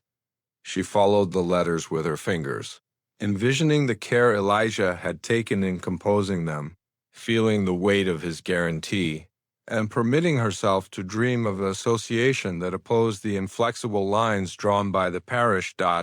In these stolen minutes, Clara Whitmore found boldness, crave, and the calm control of choice. The letter underneath her pad got to be more than paper and ink. It was a charm, a bridge to an illegal world, a update that indeed in a society represented by fear and judgment, there were spaces for association, understanding, and rebellion. Each night, as she blew out the candle and tuned in to the cicadas. Shout exterior, she carried the warmth of Elijah's words into her dreams, feeling both the excite of mystery and the weight of consequence. And in that fragile balance between fear and yearning, judiciousness and strength, mystery and desire, Clara started to get at the genuine degree of what it implied to take after her heart. The Sunday discuss in St. Landry area was thick and choking, overwhelming with the blended fragrances of magnolia, sweat, and the blackout follows of cigar smoke floating from the wooden seats of the little church. The assembly stuffed into the seats like winged creatures squeezed against the dividers of a cage, fanned themselves with worn cloths and whispered discreetly almost the week's occasions. All eyes were forward, on the lectern where Reverend Hollis, a man of commanding nearness and faithful feelings, arranged to convey the sermon that would shape the parish's understanding of ethical quality and propriety. Clara Whitmore sat discreetly. In the third seat from the front, her little hands clutching the worn calfskin cover of her book of scriptures, the weight of her mother's notices, the whispers from the docks, and the furtive letters from Elijah Turner squeezed on her chest like a physical burden. Her heart beat with a blend of fear and insubordination. She seemed to feel the pressure in the room, thick sufficient to cut with a cut, and the warmth of the summer sun spilling through the tall windows did nothing to ease it. Reverend Hollis started his sermon with the regular seriousness, his profound voice rolling over the assembly like removed thunder. He talked of sin, ethicalness, and the sacredness of God's laws, but as the sermon advanced, his tone solidified, honing into a pointed moralistic judgment that sent swells of pressure through the gathering of people. At that point, as if guided by a few undetectable drive, he inclined forward, eyes narrowing and voice rising, and thundered from the pulpit, "The Master precludes the blending of races. To oppose it is to resist paradise itself." The words hit Clara like a physical blow.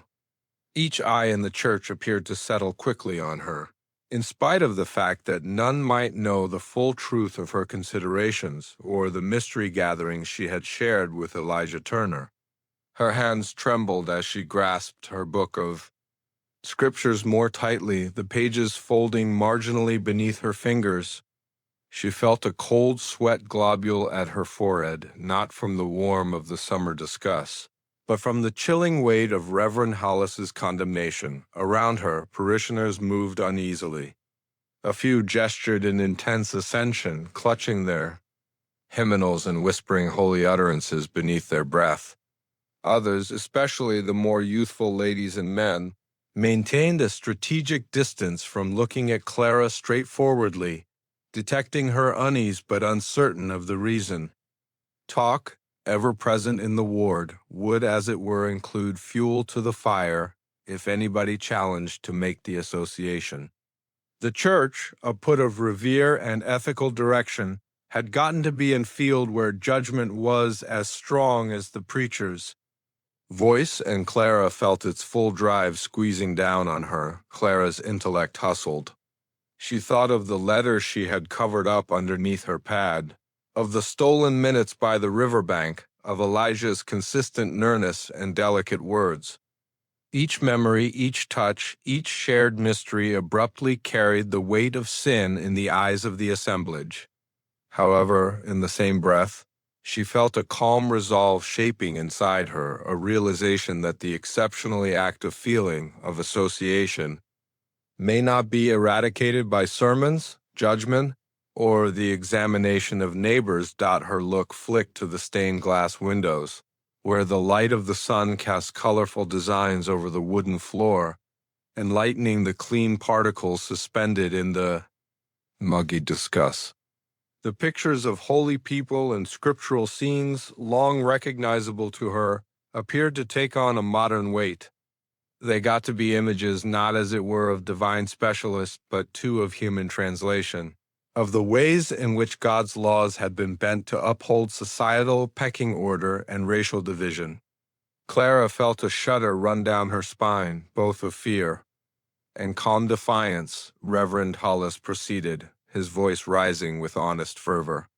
It is composed that men and ladies of distinctive blood ought to not join together in marriage. Those who resist this law chance unceasing perdition, and they drag their families and to demolish along with them. His eyes cleared over the assemblage, and Clara felt the undetectable weight of allegation settle upon her shoulders.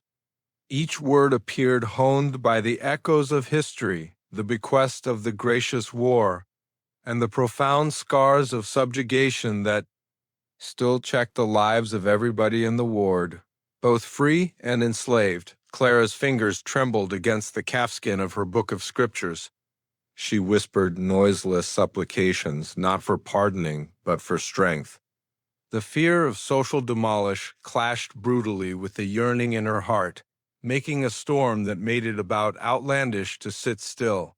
She thought of Margaret Whitmore's notices, of the delicacy of the Whitmore title, of the potential results of indeed a single misstep.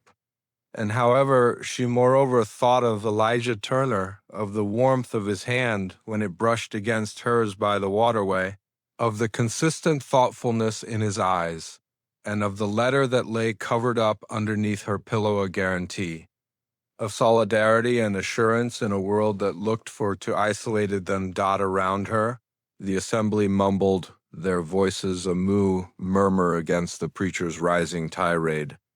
A few heads gestured in understanding, a few bowed in veneration, and a few moved with distress.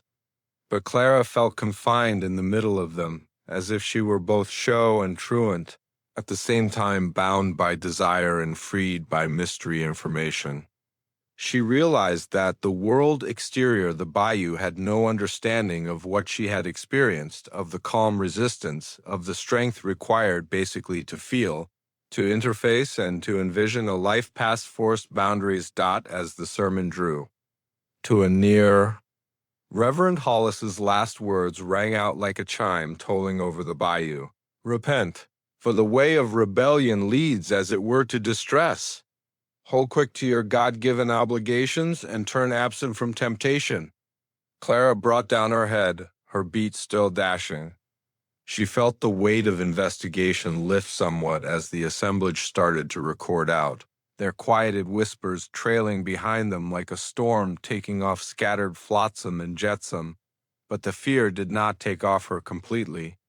The preacher's words, the judgment of society, and the bequest of history were powers she seemed not disregard.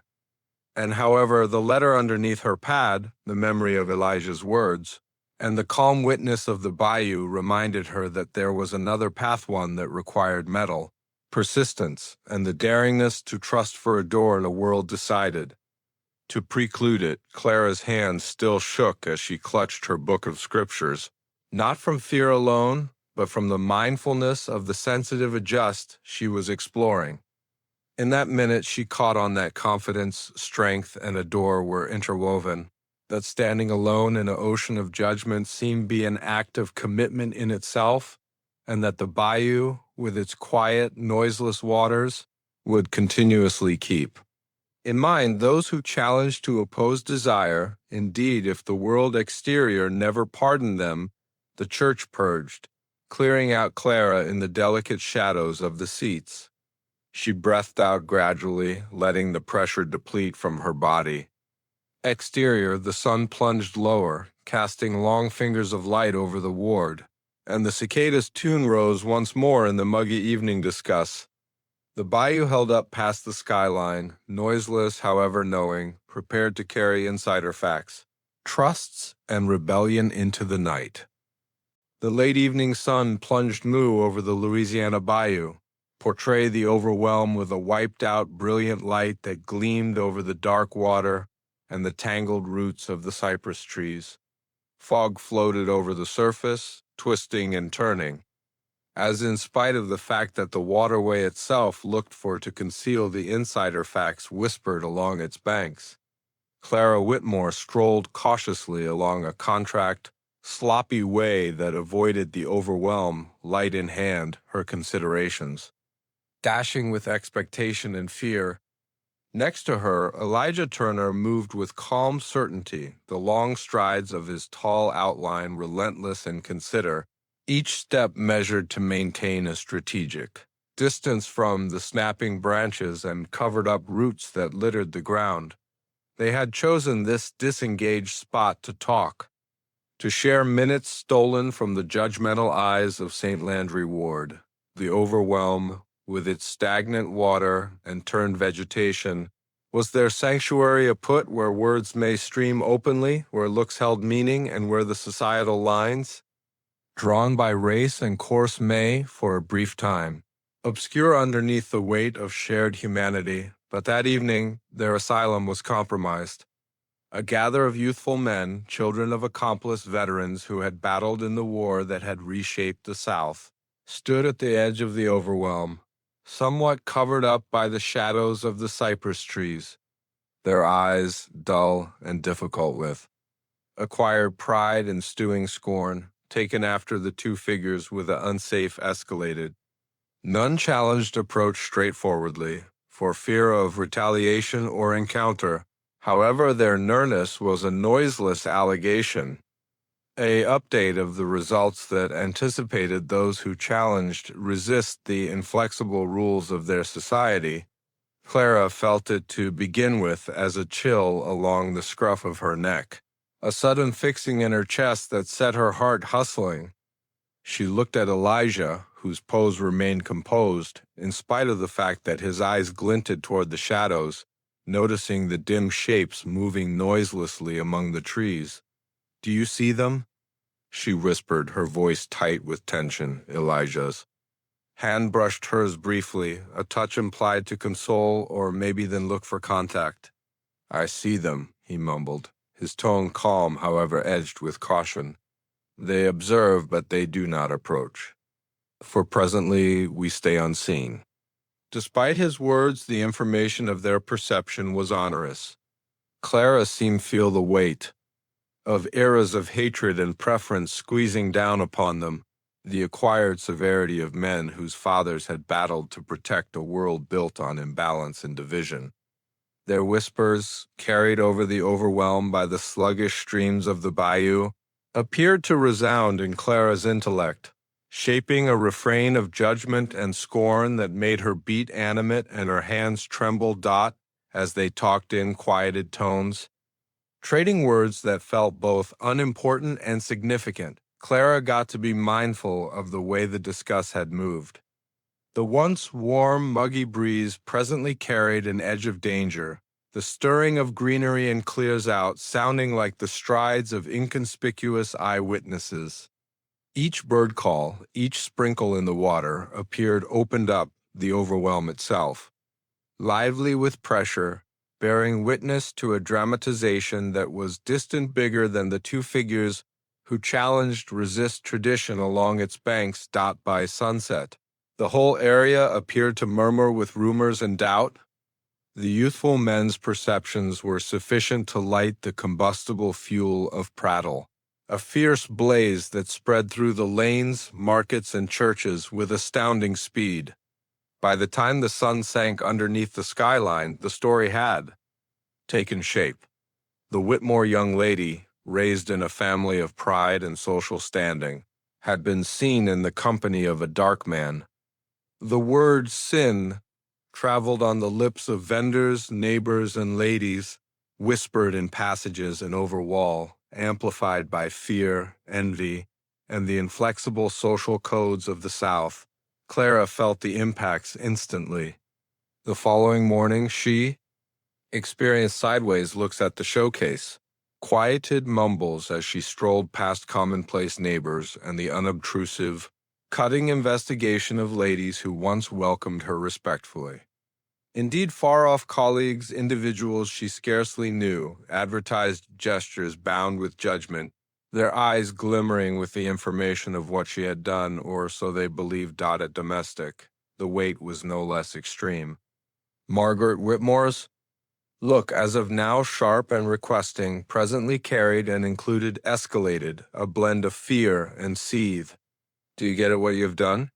her mother requested one evening, her voice trembling with smothered outrage.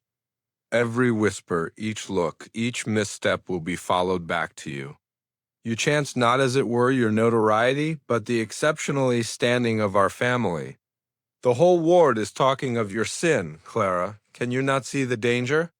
Clara's heart sank, but she seemed not talk of Elijah, seemed not concede that her sin was not an act of carelessness but of association, of resistance against a society that looked for to keep her soul. She gestured quietly, feeling the sting of her mother's words, whereas her intellect clung to the memory of the overwhelm, to Elijah's calm nearness, and to the stolen minutes they had shared. Even as the talk spread, the bond between Clara and Elijah developed more grounded. The peril made each assembly more valuable, each whispered word more crucial. They communicated with inconspicuous signals, gestures, looks, and brief notes slipped into covered-up spaces. The overwhelm, with its turning roots and shadowed waters, got to be a safe house where society's reach may not completely amplify, where the fear of judgment seemed be suspended, if as it were briefly, yet the risk waited. Clara knew that one misstep, one careless development, might fix all that she and Elijah had supported. The children of accomplished veterans were more than eyewitnesses.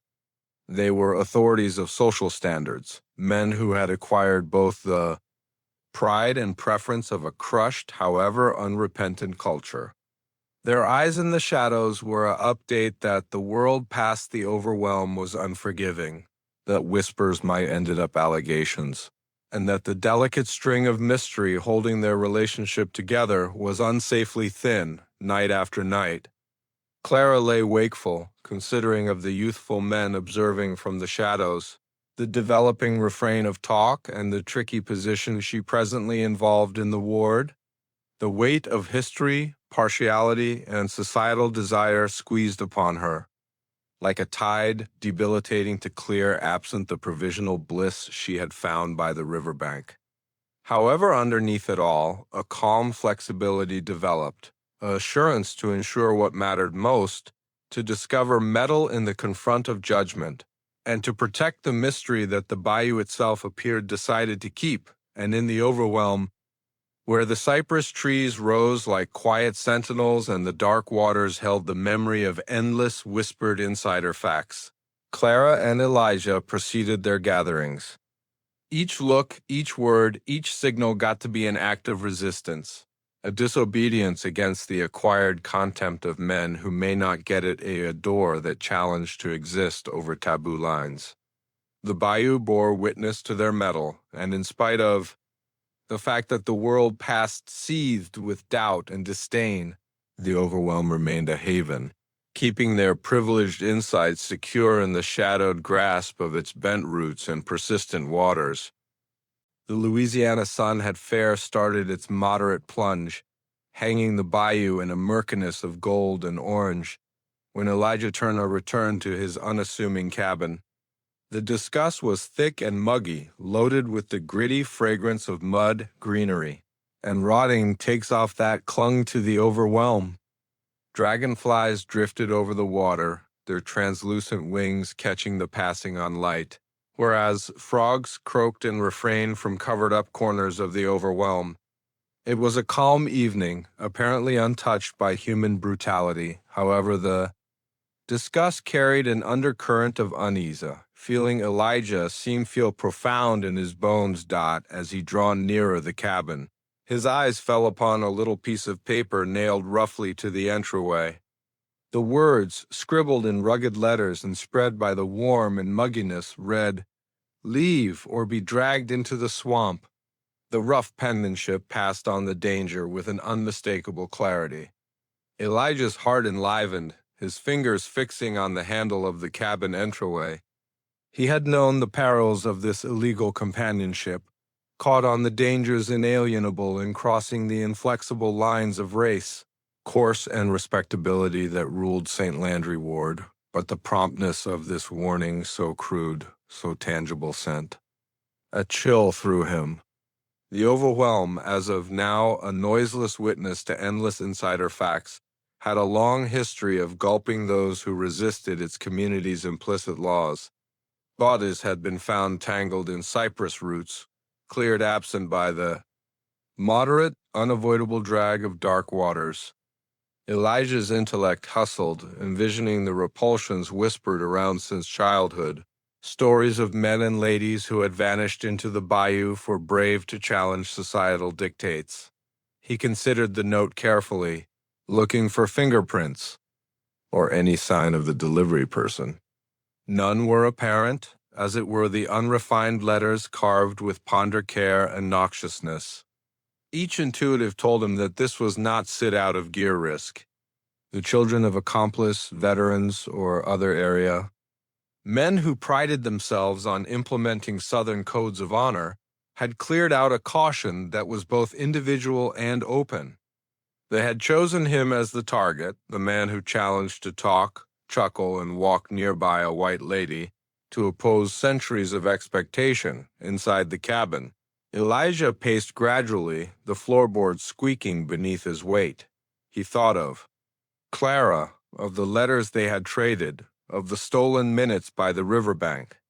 Her security presently squeezed upon him with the weight of duty. The thought of hurt happening to her at the hands of men fueled by scorn and pride made his stomach churn. He seemed not permit the area to turn his adore for Clara into a weapon against her, or against himself. Night fell quickly, the shadows extending, gulping the edges of the overwhelm. Lights interior the cabin cast little pools of warm light scarcely, holding back the obscurity squeezing against the windows. Elijah sat at his little wooden table, spreading out letters, notes, and portraits of the bayou. Each record told the story of their gatherings, their whispered discussions, their calm giggling. Presently, they moreover told a story of peril, of foes sneaking adjacent, and of the razor's edge upon which their association balanced. Clara's confront showed up in his intellect, as if summoned by the candlelight. Her reddish-brown hair, pale skin, and wide, addressing eyes appeared nearly brilliant against the background of the sticky summer evening. He recalled her giggle, delicate and melodic, floating over the bayou discuss like a delicate chime. And, he recollected the fire in her look, the metal and insubordination that had to begin with drawn him to her, presently blended with fear and instability in the wake of the note. He knew he might not permit the risk to go unnoticed. However, withdraw was not in choice. The bayou had been witness to as well much, kept as well numerous insider facts, and however it was to their haven, their shield, and the one put where their taboo bond seemed breathe. To take off would cruel yield and confirmation that fear might manage the terms of cherish. And that was a compromise Elijah seemed not make, no matter the risk, Elijah chosen to act with caution. He fortified the cabin's windows, hung lights that would make deceiving shadows to confound any watchers, and positioned a few traps around the perimeter. Simple measures learned from a long time of exploring the overwhelmed securely. Each step, each safety measure was a calculated move with threat. Each squeak of a department, each swell in the water, got to be a flag, a pulse of caution. The overwhelm, in spite of the fact that excellent and secretive, presently carried an unmistakable threat, as if it as well recognized the danger hiding fair past its edges. He thought of Clara once more, envisioning her finding the note, envisioning the dread she might feel if she knew the danger holding up adjacent. The thought of keeping her secure, whereas ensuring their mystery adore requested inventiveness, tolerance, and mettle past what the normal man or youthful woman was constrained to summon. Elijah composed a little note in return, collapsed it carefully, and covered up it underneath a floorboard close the hearth. Be cautious. Believe no one exterior the bayou. We are not alone, but we are together in heart. I will secure you. He knew that it would reach her in the long run, carried by the same inconspicuous channels that had permitted their mystery correspondence to thrive. But for presently, the note remained covered up, a calm reference point of trust in the midst of the shadow of threat that had settled over the cabin. The night developed, and the swamp's nighttime symphony frogs, crickets, and the intermittent sprinkle of fish surrounded the cabin like a cover. Elijah kept observe, tuning in for the smallest unsettling influence, feeling the onerous weight of society's rules squeezing against the delicate bubble of their adore.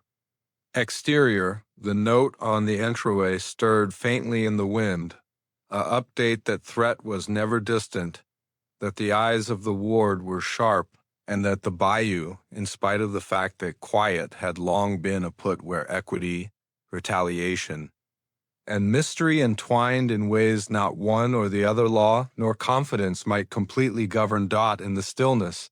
Elijah sat with his contemplations, arranging the another steps, weighing each chance, and planning for the minutes that might characterize their future. He caught on that the way they had chosen was risky, but it was as it were, one that permitted him to honor the bond he shared with Clara.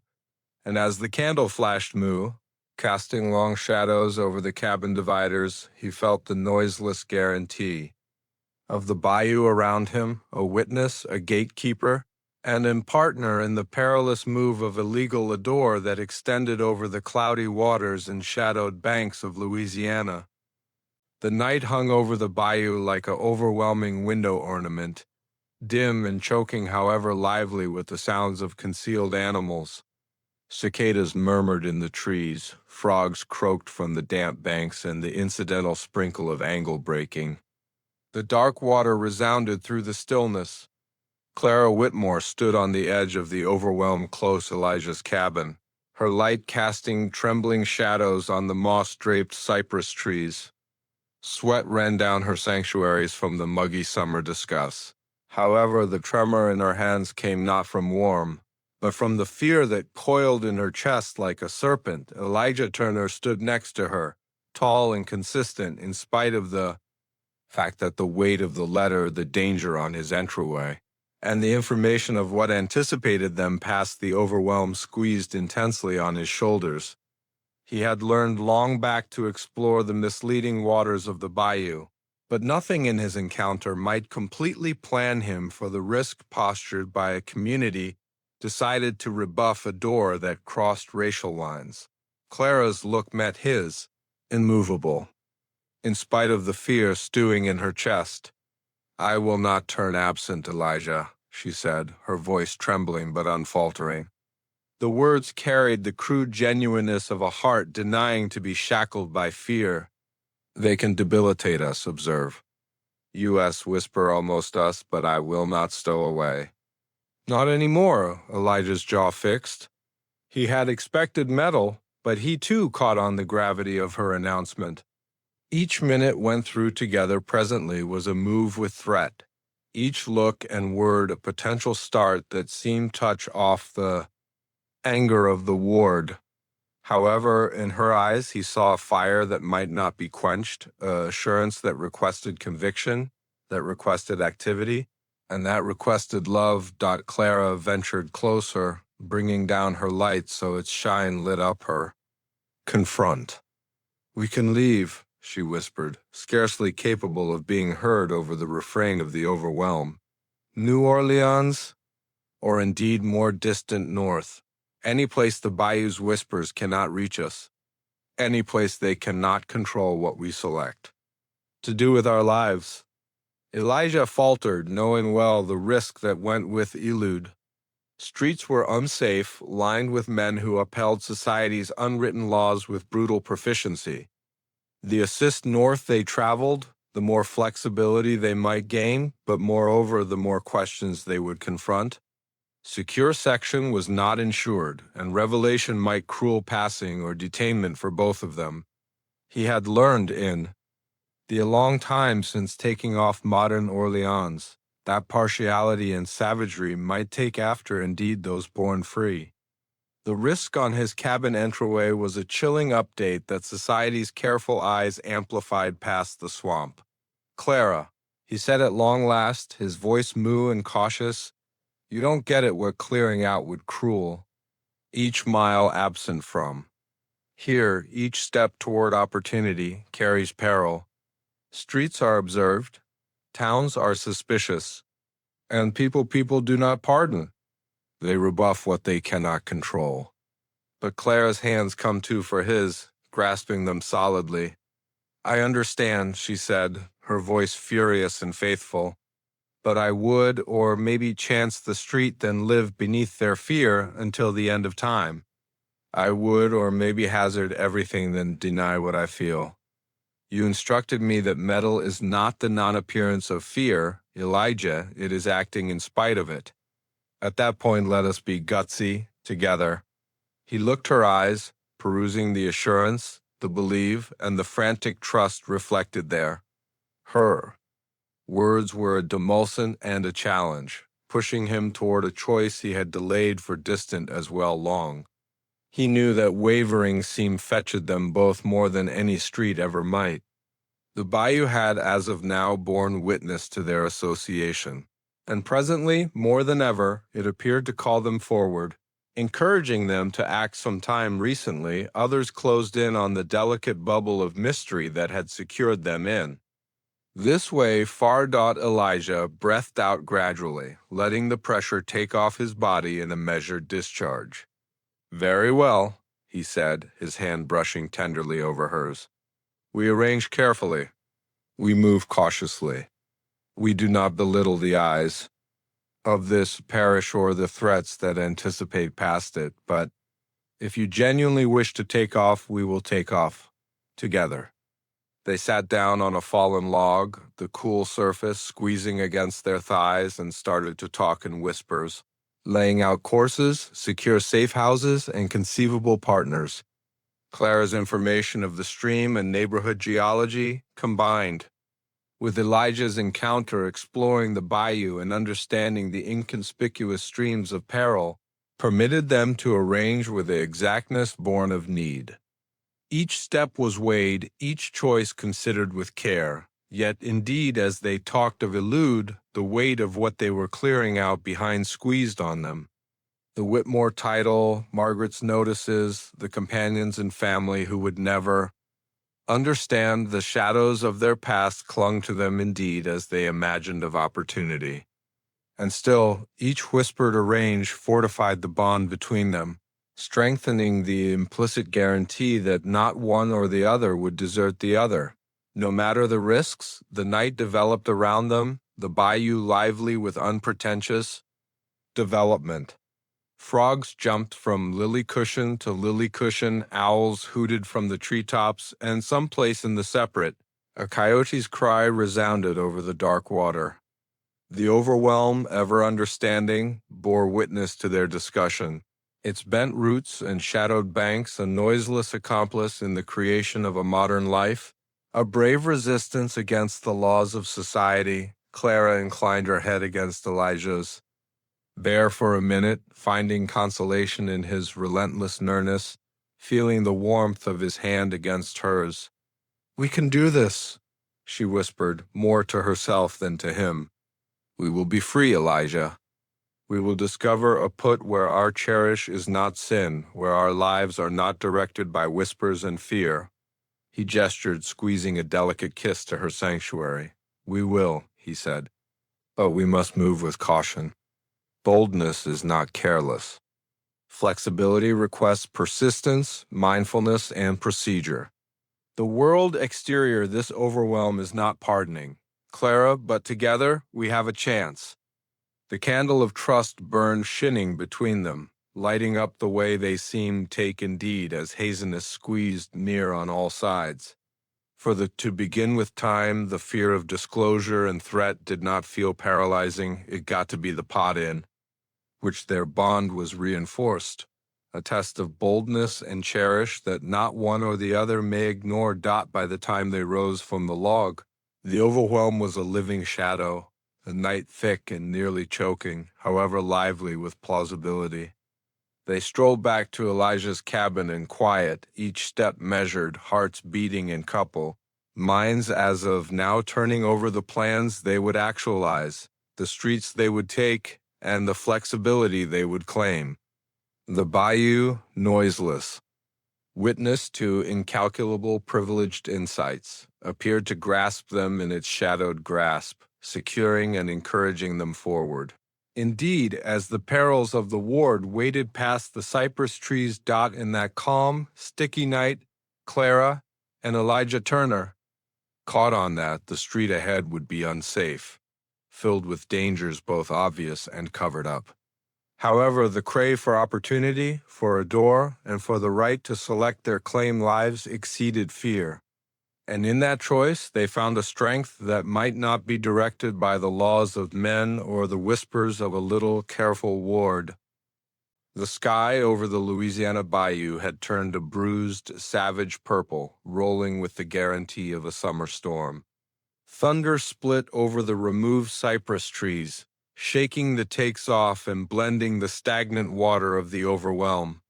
Lightning flashed discontinuously, enlightening the bent roots and dull reflections in the dark water. Each roll appeared to resound against Clara Whitmore's chest, coordinating the quick beat of her heart as she crawled unobtrusively from her family home, her single bag. Little and worn from past ventures, felt incomprehensibly overwhelming in her trembling hands. Interior were the few assets she might not take off behind: letters from Elijah, a little bundle of dress, and the delicate remainders of a life she had known but seemed not cling to. Each step she took on the squeaking wooden yard made her recoil. She envisioned each floorboard broadcasting her development to attentive eyes. The risk of the ward, the children of accomplice veterans, and the tattling neighbors squeezed down on her. About substantial in the muggy night air. Elijah, held up underneath the cypress trees, closed the swamp's edge, his light swinging tenderly with the breeze.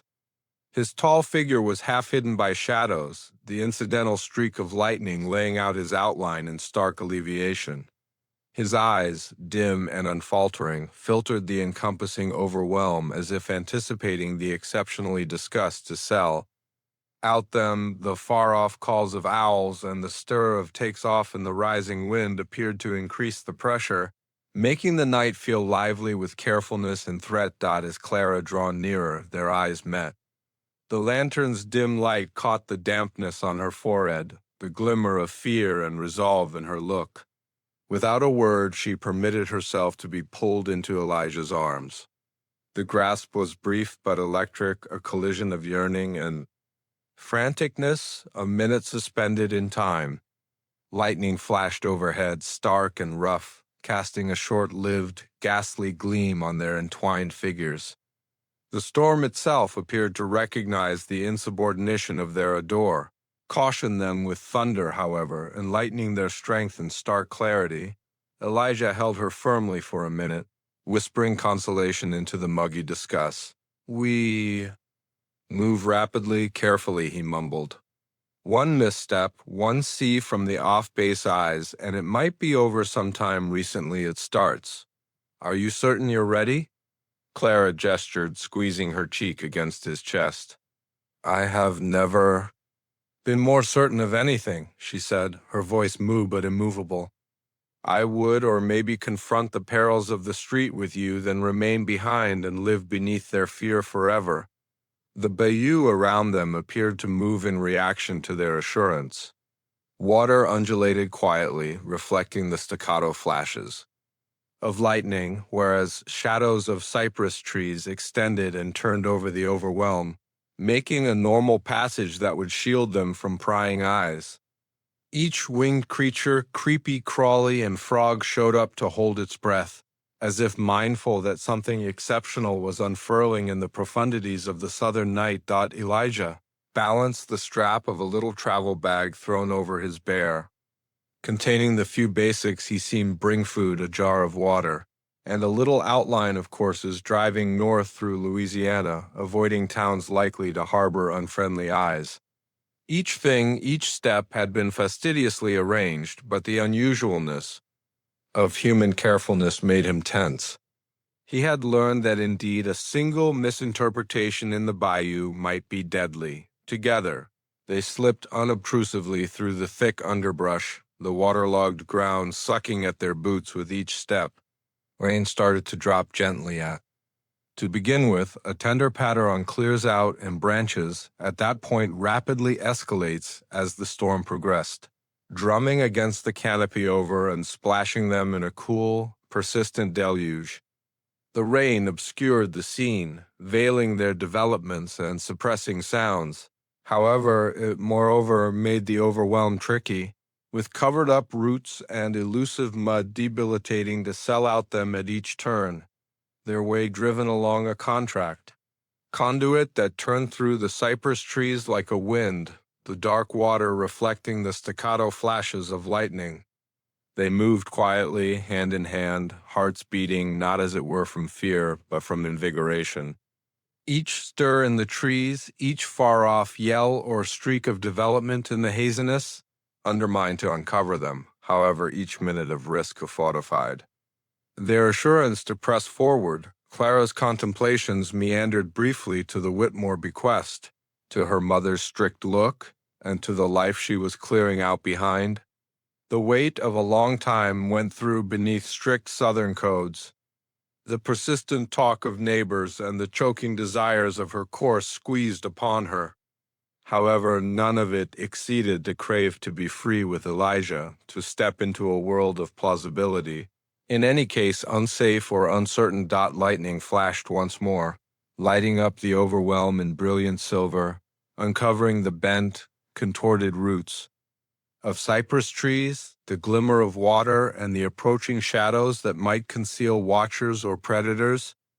Each streak was an update of the stakes, the peril of the night, the investigation of the area, and the ever-present danger of viciousness for those who challenged opposed society. Hours appeared to pass in minutes as they made their way through the storm. Their discussion was whispered, viable, and critical, talking about which ways to take, where to maintain a strategic distance from settlements, and how to utilize the overwhelm to their advantage. Each sound, the snapping of a department, the removed yell of a creature, the sprinkle of a fish made their beats enliven, but it too underscored their require to depend on one another, to believe certainly in the shared bond that had brought them to this point. At final, they delayed close a twist in the conduit where the cypress trees shaped a normal entrance, protecting them from any line of locate. Breathless, doused to the bone, and trembling from both fear and help, they permitted themselves a brief minute of respite. Elijah pulled Clara near, squeezing a hand to her moist hair, and whispered, "We're not secure, however, but we are." Moving one step at a time together. Clara gestured, inclining against him, the storm seething around them but incapable to quench the start of trust that had carried them this distant. To begin with time and days, she permitted herself a little transitory grin. The street ahead was dangerous, the world unforgiving, but in that grasp, in the midst of the thunder of thunder and the silver flashes of lightning, she felt the verifiable control of a door and courage, and the bayou, witness to endless privileged insights, supported them in its dim waters, concealing their section, guarding their resistance, and bearing quiet witness to the exceptional strength of two souls, brave to elude a world that would deny them opportunity, association, and cherish. The night was a living substance, thick with rain and the overwhelming fragrance of damp soil, Greenery and rotting clears out. Clara Whitmore and Elijah Turner moved as rapidly as they seemed through the tangled underbrush of the Louisiana Bayou, waterlogged boots sinking into the sloppy banks with each frantic step. Their breaths came in worn-out pants, hearts pounding, as the storm overhead whipped lightning over the obscured overwhelm, enlightening the shadows for a brief, stunning moment. For hours, they had accepted themselves concealed, cloaked by the storm, the overwhelm, and the haziness. The light that influenced in Elijah's hand was presently quenched, a calculated give-up to Dodge selling out their developments. Each step forward had been think, cautious, a move with threat that required watchfulness, tolerance, and supreme. Believe in each other. Then, without caution, the figment of security smashed. Figures risen from the shadows like apparitions, moving with the exactness of predators who had held up persistently for this minute. Veiled men, children of accomplished veterans, and others who clung to the partialities of a world long past, ventured. Into the moonlight, shotguns in hand, ropes thrown over their wide shoulders. Their eyes, in spite of the fact that covered up behind unrefined cloth covers, glimmered with danger, the risk unmistakable. Clara's stomach turned into a tie of dread. "Elijah!" she shouted, clutching his arm, the sound of her voice gulped. Nearly promptly by a streak of thunder, her legs floundered, her intellect turning with doubt and fear. How had they been found? They had arranged, moved carefully, trusted the overwhelm to shield them, and however, selling out had found them. Elijah's hand grasped hers solidly, his muscles tight with pressure. "Stay close," he whispered, in spite of the fact that his voice was scarcely capable of being heard over the thunder of the storm. His look cleared over the horde, calculating, weighing choices, looking for a way that might permit them to elude. But the men were numerous, organized, and their assurance was supreme. The overwhelm, once a haven, presently appeared to near. Around them, roots bending like the hands of a wrathful substance. Water murmuring inauspiciously in the dark. Clara's shout was gulped by the storm as the to begin with men jumped forward. Rope coiled and tossed with quick exactness, catching around Elijah's arms and middle. He battled, muscles straining, but the mob's quality and numbers were overpowering. A rope fixed around him, pulling him back toward the overwhelm with cold-blooded constraint. Clara clutched at him, pulling frantically, but the ropes cut into his skin and their combined weight was as well much. "No!" she yelled, her voice crude with freeze. She attempted to uncoil the rope to free him, but the men were quick, expecting her each move. One ventured forward, holding her wrist and yanking her absent from Elijah. Her feet slipped in the mud, her body falling against the cold, damp ground. The fear was choking, suffused with a sickening realization. The overwhelm, their asylum, was presently the setting of their potential destruction. Elijah's eyes met hers, wide with fear, however unbroken, indeed as he was dragged in reverse toward the dark water and the contorted roots of the cypress trees. His hands clenched hers one last time, the warmth of his palm squeezing consolation against her trembling fingers. "Clara, live, be courageous, remember?"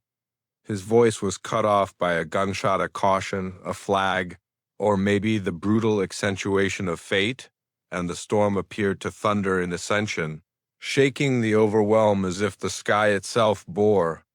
Witness to the fear unfurling below, Clara's knees hit the mud, her hands clawing at the damp ground, her vision obscured with rain and tears.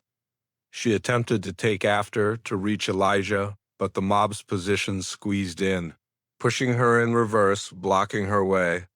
She shouted once more, a shout that reverberated through the cypress trees and over the water, gulped by the storm but outlandish to disregard. The veiled men's voices were rough, irate, commanding.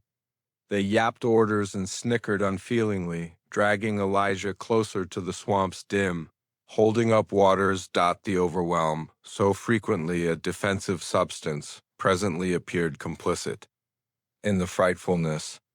Its roots come to up like fingers, its dark water churning inauspiciously, reflecting the rough flashes of lightning. Stories whispered in the parish, the vanishing of those who opposed convention. The quiet witness of the bayou flooded Clara's intellect in a moment. She envisioned the stories she had listened as a child, men and ladies cleared absent, dragged underneath the dark water, their bodies never found. As it were whispers of their insubordination waiting among the cypress trees, Elijah battled, turning and turning, his quality impressive, however the ropes were immovable. He called her title, and Clara constrained herself to meet his look, attempting to communicate trust, resolve, and insubordination through a brief, frantic expression. They had come so distant, arranged so carefully, and however presently fate or the pitilessness of men seemed decided to tear them apart, the concealed men snickered, yelling over the storm, their outrage and partiality a substantial drive squeezing against Clara and Elijah. They taunted, insulted, and pushed forward, dragging him toward a clearing in the overwhelm where the water ran profound and dim. Clara's heart beat brutally in her chest, each intuitive shouting to run, to battle, to spare him, but she was blocked at each turn. She fell forward into the mud, her hands scratching against roots and reeds, the cold water leaking into her sleeves, dousing her skin. Lightning struck once more, lighting up the scene in brief, spooky flashes. Clara saw the assurance in Elijah's eyes, the battle, and the unfeeling merriment in the concealed faces encompassing him. She shouted, beating her clenched hands on the damp ground, the sound blending with thunder and rain, a disobedient cry against the powers tearing them apart, and at that point, with a last hurl, the swarm constrained Elijah into the overwhelm. The cold, dark water gulped him to his midsection, roots tangling around his legs. Clara might listen his battle, his calls to her, but the men's ropes avoided elude. She needed to jump in, to chance everything, however profound intuitive. Cautioned her of the peril. A single misstep may drag them both into the unforgiving dark water. The storm seethed on. Lightning enlightening the overwhelm, thunder smashing overhead, the wind whipping through the cypress trees like irate spirits. Clara stood at the edge, soaked, shuddering, and paralyzed with fear, observing defenselessly as the men lingered around Elijah. Her intellect dashed, considering each choice, each conceivable elude, but the overpowering reality was clear. Selling out had found them, and the bayou, once an asylum, presently seen the alarming control of human cruelty. In that minute, Clara's resolve crystallized. She would not permit fear or lose hope to devour her. She would keep in mind Elijah's words, the letters underneath her pad, the minutes by the riverbank. And in spite of the fact that the overwhelm undermined to claim him, in spite of the fact that the storm and the horde squeezed near, she promised quietly that she would not let this be the conclusion. Some way or another, she would discover a way to spare him, to oppose the obscurity and to honor the bond that had brought them together. The bayou, lively with the storm and the chaos, held its breath, carrying each whisper, each shout, each frantic pulse into the night. It recollected. It had continuously recollected, and in its persistent, shadowed profundities, the story of Clara and Elijah of metal, cherish, and defiance was as it were starting. The storm had come to its full wrath over the Louisiana Bayou, rain pounding down in tireless sheets, soaking everything in locate. The dark water of the overwhelm, as of now swollen from weeks of summer storms, rose like a living thing, inching toward the roots of cypress trees and gulping the mud banks where Clara had been running. Thunder broken with such drive that the ground appeared to shiver underneath her boots, each streak of lightning uncovering a sea of the chaos around her, as it were to disappear minutes afterward into darkness. Clara Whitmore's lungs burned. from shouting, from running, from the freeze that undermined to expend her. Her hair put against her temple, her dress drenched and clinging, she faltered through the thick mud, her hands clawing at roots and reeds as she attempted to keep pace with the battle she might scarcely witness. The cries of Elijah suppressed. By the storm, come to her ears in worn-out bursts. Each one bending her heart assist with fear. Elijah battled with each ounce of quality in his tall, inclined body. His arms whipped, attempting to free himself from the press hold of 6 concealed men who had encompassed him like predators, dragging him into the rising water. Each drag of rope, each push undermined to drag him beneath the dark surface, tangled, in roots and submerged by the tireless swell of the overwhelm.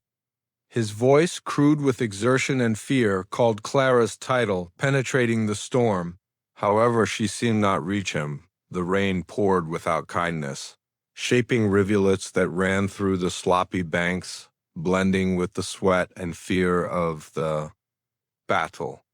Lightning cut over the sky, reflecting in the dark water with spooky clarity. For one shocking minute, Clara saw Elijah's face, determined, frightful, and burning with defiance in the water. The reflection trembled as the men fixed their hold, hands grasping his arms and shoulders, dragging him in courage into the swamp's shadowed depths. Hold him, don't let him get free. One of the veiled men yapped, his voice about suffocated by thunder. The other men reacted with snorts and the sharp break of rope hitting water-soaked wood, facilitated and brutal. Elijah's battles escalates, muscles rigid. However, the weight of 6 decided men was overpowering. Each development sent water showering, rain blending with mud. And Clara's vision obscured through the window ornament of storm. Her hands come to toward him impulses, but the mud and roots sold out her, pulling her down, making each step a fight. Her cries were gulped by the thunder of the thunder and the beating of rain on the swamp surface. Each shout, each supplication appeared to disappear, clearing out as it were the sound of the storm and the undulating water as witnesses to the frightfulness unfolding. Elijah's quality was monstrous, sharpened from a long time of labor along the docks and exploring the misleading bayou. He bent and kicked, attempting to break free, but the men expected each move, their hands harsh and relentless. One rope coiled around his midsection cut into his side, drawing blood, but still he battled. Each moment wasn't forever, the fear of vanishing underneath the water, clawing at him with a cold, choking hand. Clara's intellect dashed, torn between the want to spare him and the pulverizing realization of her powerlessness. She shouted once more, a sound crude with loose hope, beating clenched hands against the waterlogged ground. The storm reacted with a rough break of lightning and a booming thunder, as if the sky itself were recognizing her anguish. However, the men were unwavering, dragging Elijah toward an area of the overwhelm where the water ran most profound. Dark as tar, stowing away bent roots and tricky streams underneath its surface.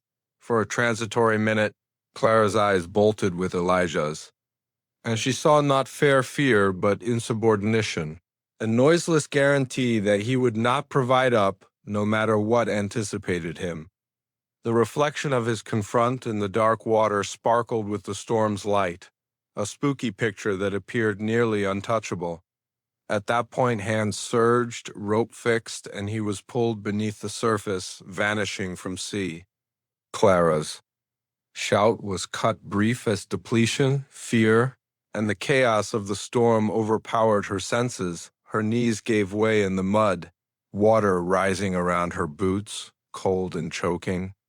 She attempted to move, to take after, to reach the spot where Elijah had vanished, but the weight of the storm, the mud, and sheer fear squeezed down on her.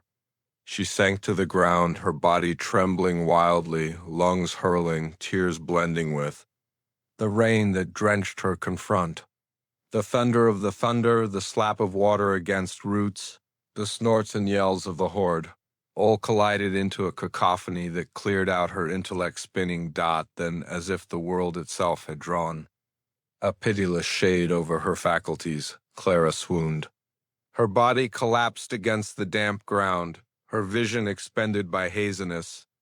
The final picture burned into her intellect was the reflection of Elijah's confront in the dark water, turned by fear and battle, at that point vanishing beneath hands. Ropes and rage, the overwhelm appeared to hold its breath, rain still pouring. Water rising, the storm persistent, as if time itself had delayed to witness the brutality of human bias and the delicate trust of taboo cherish. In the dim, Clara's awareness floated at the edge of mindfulness, caught between dread and the blackout, adamant trust that Elijah might by one means or another survive, and indeed in obviousness her heart denied to yield. She clutched at the picture of him, the sound of his voice, the memory of their whispered guarantees by the riverbank, and a furious assurance took root profound inside her. She would not permit the bayou, nor the hands of men, nor the storm itself to claim their story. Someplace underneath the dark waters, Elijah Turner battled to survive, and she would rise once more to meet him, to recover what had been stolen by fear. Seethe and prejudice. The storm seethed on, the bayou gulped each shout, and the night remained witness to the frightening cost of cherish in a world ill-equipped for insubordination. However, the seeds of boldness, trust, and resistance were planted in that dull, rain-soaked overwhelm holding up for the daybreak. Clara Whitmore woke with a begin, the leftovers of a storm still reverberating in her ears. The morning sun inclined feebly through the overwhelming window ornaments of her room, the muggy disgust clinging to her skin and blending with the waiting clamminess of her wet, mud-streaked dress. Her body hurt from the night's ordeal, her legs bruised and scratched from running through the overwhelm, her arms sore from battling against ropes and hands that had seized her cherished Elijah. Each breath carried a weight of fear, a beat of pain that appeared nearly unbearable. Her mother, Margaret Whitmore, stood by the bed, hands collapsed firmly over her chest. Her eyes were sharp, but underneath the strict facade, there was a glint of unease that Clara might not very translate. "You had a horrible dream, Clara," Margaret said, her voice smooth, nearly practiced. "Storms play traps on the intellect, and your creative energy has run absent with you." Clara's eyes fell to her wrists, where profound bruises, purples, and blues damaged her pale skin. The marks told a truth her mother's words denied to recognize. Her hands shook as she flexed her fingers, the memory of ropes cutting into her substance still new and agonizing. The dread of seeing Elijah dragged into the dark waters of the overwhelm, the picture of his reflection gulped by hands and seethe, frequented her eyes, a memory that denied to fade. "Elijah?" Clara started, voice breaking, but Margaret's eyes narrowed.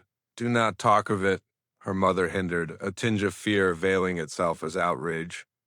"There is nothing. No one touched him. Nothing happened. You are secure here in your domestic, with your family. That is all that matters." But Clara seemed not to accept her mother. She knew what she had seen, felt, and listened. The overwhelm had gulped its privileged insights once more, and the non-attendance of Elijah, the need of proof, the cloudy vulnerability of his destiny weighed on her chest like a stone. She rose gradually from the bed, her body still frail, dragging her feet over the cool, squeaking floorboards. The room noticed faintly of soggy wood and candle smoke. Update of evenings past when life had felt easier, however bound by rules. She presently yearned to defy. Her look fell to the window, where the Louisiana sun was as of now tall in the sky, enlightening the sprawling domain with its blurred greatness. The ranch house, once an image of her family's pride, presently felt like a cage. Dividers that had shielded her appeared to Near in, reverberating with whispers of judgment and the unbending codes that administered each activity, each look, each pulse. Clara's intellect turned to the bayou, the dull, strange waters where Elijah had been dragged, where privileged insights waited and lives vanished without a trace. Despite Margaret's request, Clara knew the truth. Elijah Turner was gone. Whether he had died in the overwhelm, been carried off by wrathful hands, or by one means or another survived, she may not say. No body was found, no proof cleared out behind. The bayou had expended him as it had expended incalculable other insubordinate souls, taking off as it were memory, rumor, and the throbbing void of uncertainty. Clara sat on the edge of her bed, pulling her torn dress closer around her, and attempted to piece together the parts of the night. She recalled the storm, the streak of lightning lighting up the concealed men, the brutal chuckling, and the constraint with which they dragged Elijah into the dark water. She recalled her claim shouts, the beating of her heart, the dread that had made her knees allow way, and the choking haziness that had gulped her awareness. Each detail was carved into her memory, verifiable and uncheckable. Tears welled in her eyes, but she denied to let them drop. She would not deliver the ward the fulfillment of seeing her lose hope. Her despondency, sharp as the cut of rope against skin, was tempered by a slow-burning assurance. Elijah had battled, and if there was indeed the littlest chance that he survived, she would discover him. The overwhelm had gulped him, yes, but it was not unbounded. She would follow the waters, take after the streams, and look for out any imply of his way, no matter how covered up, no matter how dangerous. Her mother's words proceeded to reverberate in her ears, a combination of dissent and fear disguising as control. You must remain secure, Clara. The world is not excusing to young ladies like you who envision a door exterior the bounds of propriety. But Clara knew that appropriateness had never kept her heart in check, nor would it limit her presently.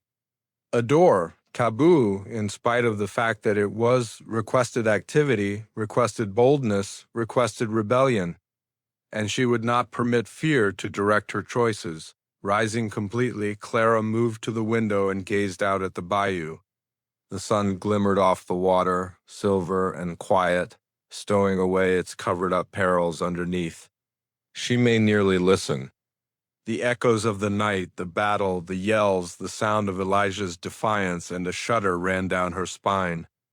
The overwhelm was lively, observing, recollecting, and someplace underneath its dim surface, her adored might still be clinging to life, holding up for her resolve to coordinate his own. Clara took a profound breath, steadying herself against the rising tide of freeze and despondency.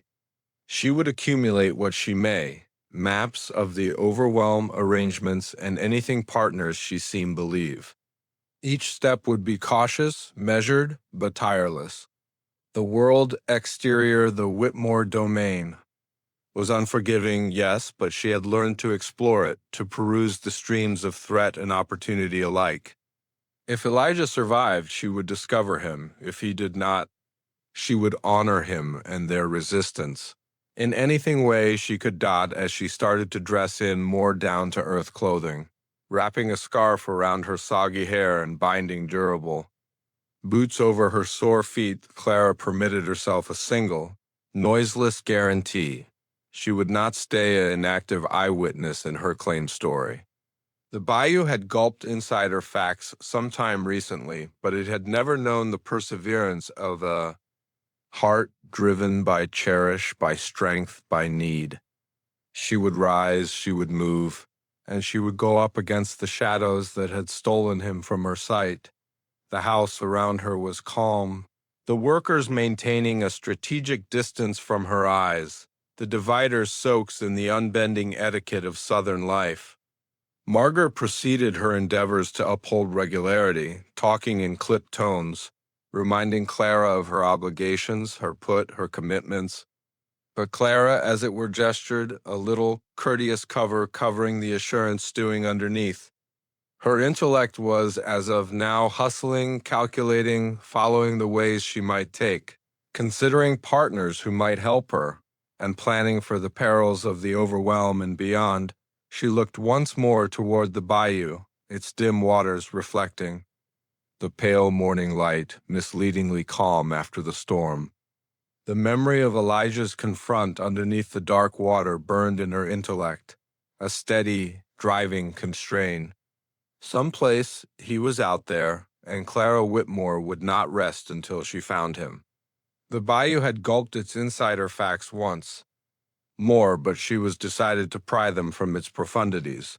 No matter the cost. Clara took a last, steadying breath, her clenched hands clenching with resolve. The world was cruel, unjustifiable, and cruel, but she would not be broken.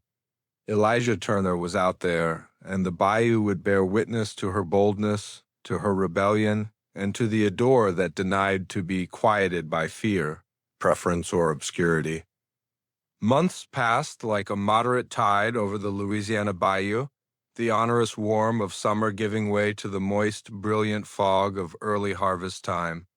Clara Whitmore moved through her days in a cloudiness of both fear and ponder, carrying a mystery that seemed to crush her family, her notoriety, and everything she had once known as secure.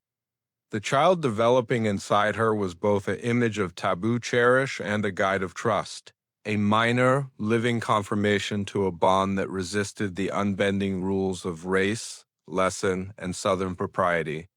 Her body had changed, adjusted with life, a delicate quality and quality blending in ways she had never expected. Each development carried the weight of expectation and fear, for she knew that the world past the Whitmore domain would not pardon the truth of her condition. Her skin, pale and freckled as continuously, presently held an unused reason to stow away what may not be covered up in the end the child, whose dull skin and penetrating eyes reflected the man who had vanished into the bayou months before. Margaret Whitmore, still clinging furiously to the remainders of her family's waning pride, attempted frantically to implement hush and submission. She whispered carefully made lies to neighbors, claiming Clara had been sick, that the child's father was a few respectable man of his word from a remote place. A cousin maybe, a neighbor's child, anybody but Elijah Turner. Margaret's hands trembled as she wrapped the infant in covers, her intellect hustling to calculate the results of disclosure. Each tattling eye in St. Landry Ward was a potential danger. Each casual comment a weapon. Clara, in spite of the fact that depleted from the labor and the consistent examination of her mother, seemed not be cowed. When she held the child, feeling the delicate weight of life against her chest, the little hands grasping her finger, she was overwhelmed with a feeling that was break even with parts. Dread and furious, defensive cherish, the baby's skin was. Darker than her claim, the eyes sharp and shinning, hauntingly like Elijah's, reflecting insights and profundity distant past the infant stage. She named the child Elijah Jr. A mystery tribute, a calm resistance against the powers that looked for to delete their ardor from history. Each day, Clara strolled the tightrope of Southern propriety, performing the obligations anticipated of a youthful widow's girl, whereas harboring a life that seemed never be recognized freely. Workers whispered in corners, neighbors cast sidelong looks, and however the child's nearness emanated a kind of calm, resolved truth that may not be denied. The bayou, as continuously appeared to observe, to keep in mind. Anglers crossing its dull waters, children playing close the edges of cypress roots, ancient men patching nets everyone knew in ways that may not be talked out loud, that Clara had opposed the laws of society. The swamp's mumbles carried. Through the trees, through the dark water, a quiet refrain of understanding and witness. It was as if the bayou itself authorized the child's presence, supporting him inside its privileged insights indeed as human eyes looked for to condemn. Him, Margaret's endeavors to conceal the truth developed more frantic with each passing day. She maintained a strategic distance from open social occasions, avoided inquisitive questions with unclear answers, and wrapped the child in layers of clothing implied to darken his skin from neighbors' prying eyes. However, the whispers endured. Rumors traveled quicker than the wind, carried by the dealers at the showcase, the needleworkers in town, the ancient men who had once battled in the war and presently waited close the docks. Each shadowed look, each unpretentious request, reminded Clara that the bayou's mystery was not hers alone to keep. Clara got to be fastidious in her schedules, learning the covered-up ways around the domain, the concealed passages and exits, the courses that permitted her to take the child to the stream without being seen. Each travel was a think about in caution, each step calculated to minimize presentation, whereas keeping up the child's association to the world past the dividers of mystery. She whispered to him always, portraying his father, the adore that had made him, the bayou that had borne witness to it all. In those minutes, the overwhelm was not simply a put of danger. It was a gatekeeper, a witness, a defender of their shared truth, yet indeed, as Clara developed in certainty, a biting fear. Continued. She envisioned men prowling in the shadows, spies for the area who would report back to her mother, or more awful, the men who had dragged Elijah into the overwhelm. The bad dreams came in waves, the dim water gulping the child, concealed men drawing. Closer with ropes, the reflection of Elijah's eyes vanishing into the dark profundities. Each night she clutched him firmly, whispering consolations that she trusted would reach past her claimed fear. Despite these fears, Clara felt an startling quality develop inside her. The child's nearness constrained her to stand up to threat, to outthink the tattling ward, to grasp liver and metal she had never known she had. She learned the ways of survival in secret, how to explore both the social world of St. Landry area and the dangerous characteristic world of the bayou. Each choice carried weight. Each move was a test. And however each little victory braced her resolve, the individuals of the bayou, those who knew, those who observed, silently offered calm bolster in ways that may not be recognized straightforwardly. An angler cleared out additional angle at the edge of the water for Clara's suppers. An ancient lady gestured in understanding as Clara passed, carrying her mystery life on her arm. The overwhelm was lively with unobtrusive collusions, a organize of noiseless witnesses who regarded the insubordination of a door. Indeed, in a world that looked for to smash it, Clara too started to instruct the child, in little ways approximately the covered-up world around them. The whispers of the bayou got to be lessons, how to move discreetly, how to watch without being seen, how to study the streams of water and wind, how to sense threat. Sometime recently it showed up. She talked delicately of his father, of metal, and flexibility, implanting in him a sense of character that may not be eradicated by bias or fear. Margaret, in the interim, developed progressively frantic. She worried over neighbors' suppositions, over the plausibility of embarrassment, over the weight of her possessed past pride. However, Clara remained steadfast.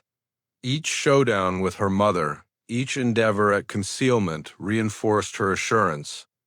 To ensure her child, she denied to let fear manage her activities, knowing that the overwhelm, the recollections of Elijah, and the soul of rebellion that had guided her in this way, distant, would proceed to secure them both. In the stillness of night, when the child rested in her arms, Clara regularly looked out toward the dull waters of the bayou. Its surface reflected moonlight, silver and peaceful, but underneath, it held the stories of endless lives, privileged insights covered up and uncovered, equity and retribution weaved. She whispered into the night, telling the bayou that the child would live, that Elijah's bequest would not be overlooked, that love defiant, taboo, and brave would endure. The area might attempt to cover up the truth, The neighbors might whisper, and Margaret might cling to appropriateness with frantic hands. But Clara knew one irrefutable truth. The bayou continuously recalled, continuously saw, continuously carried the stories of those who challenged resist the world. And in that information, she found a calm, unwavering strength. For the child Elijah Jr. was not simply an image of taboo cherish. He was verification of boldness, rebellion, and survival. And as long as Clara held him near, the whispers of the bayou would carry their story forward, guaranteeing that indeed in a world that looked for to deny it, adore, truth, and versatility would persevere. By the winter of 1884, the Louisiana Bayou had taken on a gray, mist-shrouded stillness. The cypress knees rose like skeletal hands from the dull waters, each one casting shadows that appeared to extend perpetually in the blurring light. Clara. Whitmore, once a dynamic youthful lady with coppery hair and a sharp sense of respectability, had ended up an apparition of herself. Her dress, presently worn, lean, and fixed, clung soddenly to her outline, and the unforgiving chill of winter appeared to settle forever into her bones. However, she moved with a solitary reason: to keep the memory of Elijah lively, to secure their child, and to explore the tricky waters of both society and the bayou that had claimed so much from them. The child, Elijah Jr., rode in her arms, eyes wide and unblinking, reflecting the profound riddle of the overwhelm that had gotten to be their domestic. His skin, darker than that of his mother, and eyes so strikingly like his father's, made it inconceivable for the ward to disregard the truth, no matter how difficult Margaret Whitmore had attempted to conceal it. But Clara had developed intelligent, ingenious, and brave. She moved through the riverbanks and covered up ways with a cautious mix of caution and brave, taking protect in surrendered cabins, reeds, and underbrush that protected them from prying eyes. Locals whispered of her all. Over she went. A few said she talked to shadows along the riverbanks, her voice carrying Elijah's title on the wind. Others swore they saw her hunkered over the dim water, motioning as if communicating with spirits that as it were she seemed see. Children fled. When she drawn closer, persuaded that the lady strolling the edges of the bayou was a phantom, reviled by adore and misfortune. Anglers dodged her way, advertising calm gestures or maybe then questions, as if recognizing her control and her defiance. The winter evenings were long, sharp, and unforgiving, but Clara endured. By the flashing light of lights and fire, she instructed her child to recognize the unobtrusive prompts of the swamp, the moving of the wind, the flicker of light on water, the blackout development of creatures among the reeds. She instructed him versatility, persistence, and the control of perception, inserting in him the information that the world might be unfeeling but tricky, strength, and a door seemed carve out a put for survival. Her pain was consistent and undercurrent. She may never completely elude. She envisioned Elijah at times, lively someplace in the overly complex conduits, persevering trials concealed. Other times she saw him in the reflection of the dark water, submerged, bound by the memory of the night he had been taken. Her heart hurt with a yearning that no one seemed comprehend, and however it fueled her, making her more grounded, more honed, and more careful than she had ever been. Stories started to circulate, whispered among the ward and past, of a lady and her child living on the edges of the bayou, resisting the rules of race, course, and appropriateness. A few said they saw Clara meandering amid storms, calling Elijah's title into the wind. Others claimed that on the blackest evenings, when lightning part the sky and thunder shaken the cypress trees, the bayou itself carried two voices, a man and a woman forever bound until the end of time taboo. Those who listened to the voices felt chills, as if the overwhelm itself had gotten to be a commemoration, protecting the adore that society had attempted to erase. Clara's presence was unstable, a cautious adjusting act between perceivability and intangibility. Margaret Whitmore, still fixated with social standing, every so often attempted to drag her girl back into the limits of respectability, endeavoring to cover up the child to eradicate the follows of resistance. But Clara was unwavering. Each endeavor at concealment reinforced her resolve, instructing her how to explore the perilous streams of human bias, whereas remaining fastened to the memory of Elijah and the future of her son, the child developed. In that shadowed world, learning the rhythms of the bayou, its insider facts, and its perils. His giggling, uncommon and cautious, reverberated among the reeds, a delicate counterpoint to the stormy cries of his mother. Clara talked to him continually of his father, educating him names, places, and histories that may never be talked in courteous company, implanting in him ancestry of boldness and rebellion. Each lesson, each whispered story was a little act of disobedience against the society that looked for to eradicate them. Winter turned gradually into early spring, the water retreating fair sufficient to uncover more of the sloppy banks and covered-up ways. Clara utilized the opportunity to investigate, to outline the conduits, and to look for any imply of Elijah Turner. The overwhelm remained a brutal and unusual instructor, but too a witness and a defender. She stamped trees, memorized vortexes, and taken after the sounds of removed natural life, persuaded that the bayou would in the long run direct her to him, or at slightest offer assistance her honor his legacy. The whispers of the bayou developed and concentrated. Travelers passing the riverbanks talked of spooky marvels, impressions of a lady in worn-out clothing, the swoon reverberate of a man's voice calling into the night, the shadow of a figure holding a child fair past locate. A few said it was an apparition story, a story spun to caution children of the threats of opposing the ancient rules. Others, particularly those who had known the occasions of the past year, whispered that the bayou had ended up a haven for cherish and insubordination, protecting the memory of a union that challenged to exist in spite of society's wrath. Clara herself started to grasp the interesting control of the overwhelm. She caught on that it observed, recalled, and secured. The water, the roots, the fog, and the shadows all were witnesses to her mettle and the immovable soul of her adore for Elijah. She talked to the bayou frequently, calling his title out, loud, relating stories of their time together, and swearing to her child that he would develop solid, educated, and unafraid.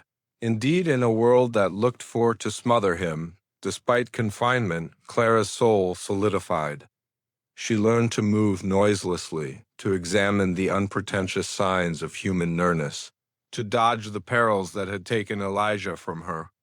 She started to take off little offerings at covered-up spots along the bayou, signals of recognition and trust, as if communicating with strengths past human understanding. The overwhelm, in turn, appeared to react. Creatures would move discreetly in her way. Wind and water designs moved to offer her direction, and the dark waters glinted with a careful, defensive light dot by the near of winter Clara Whitmore had changed from a panicked, lamenting youthful lady into a figure of versatility and legend.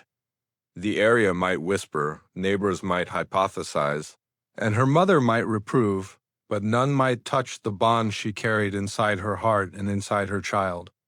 Elijah's memory lived on in the boy, in the stories whispered into his ears, and in the frequenting, unceasing echoes that floated over the swamp on stormy evenings, when lightning part the sky and thunder rolled through the cypress trees.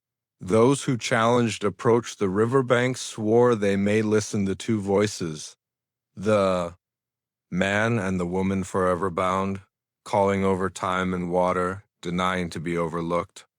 And in that frequenting refrain, Clara found comfort, quality, and a guarantee that adore, Once touched off, seen never genuinely be quenched, not by bias, not by fear, and not by the unfeeling hand of the world, the bayou recollected them.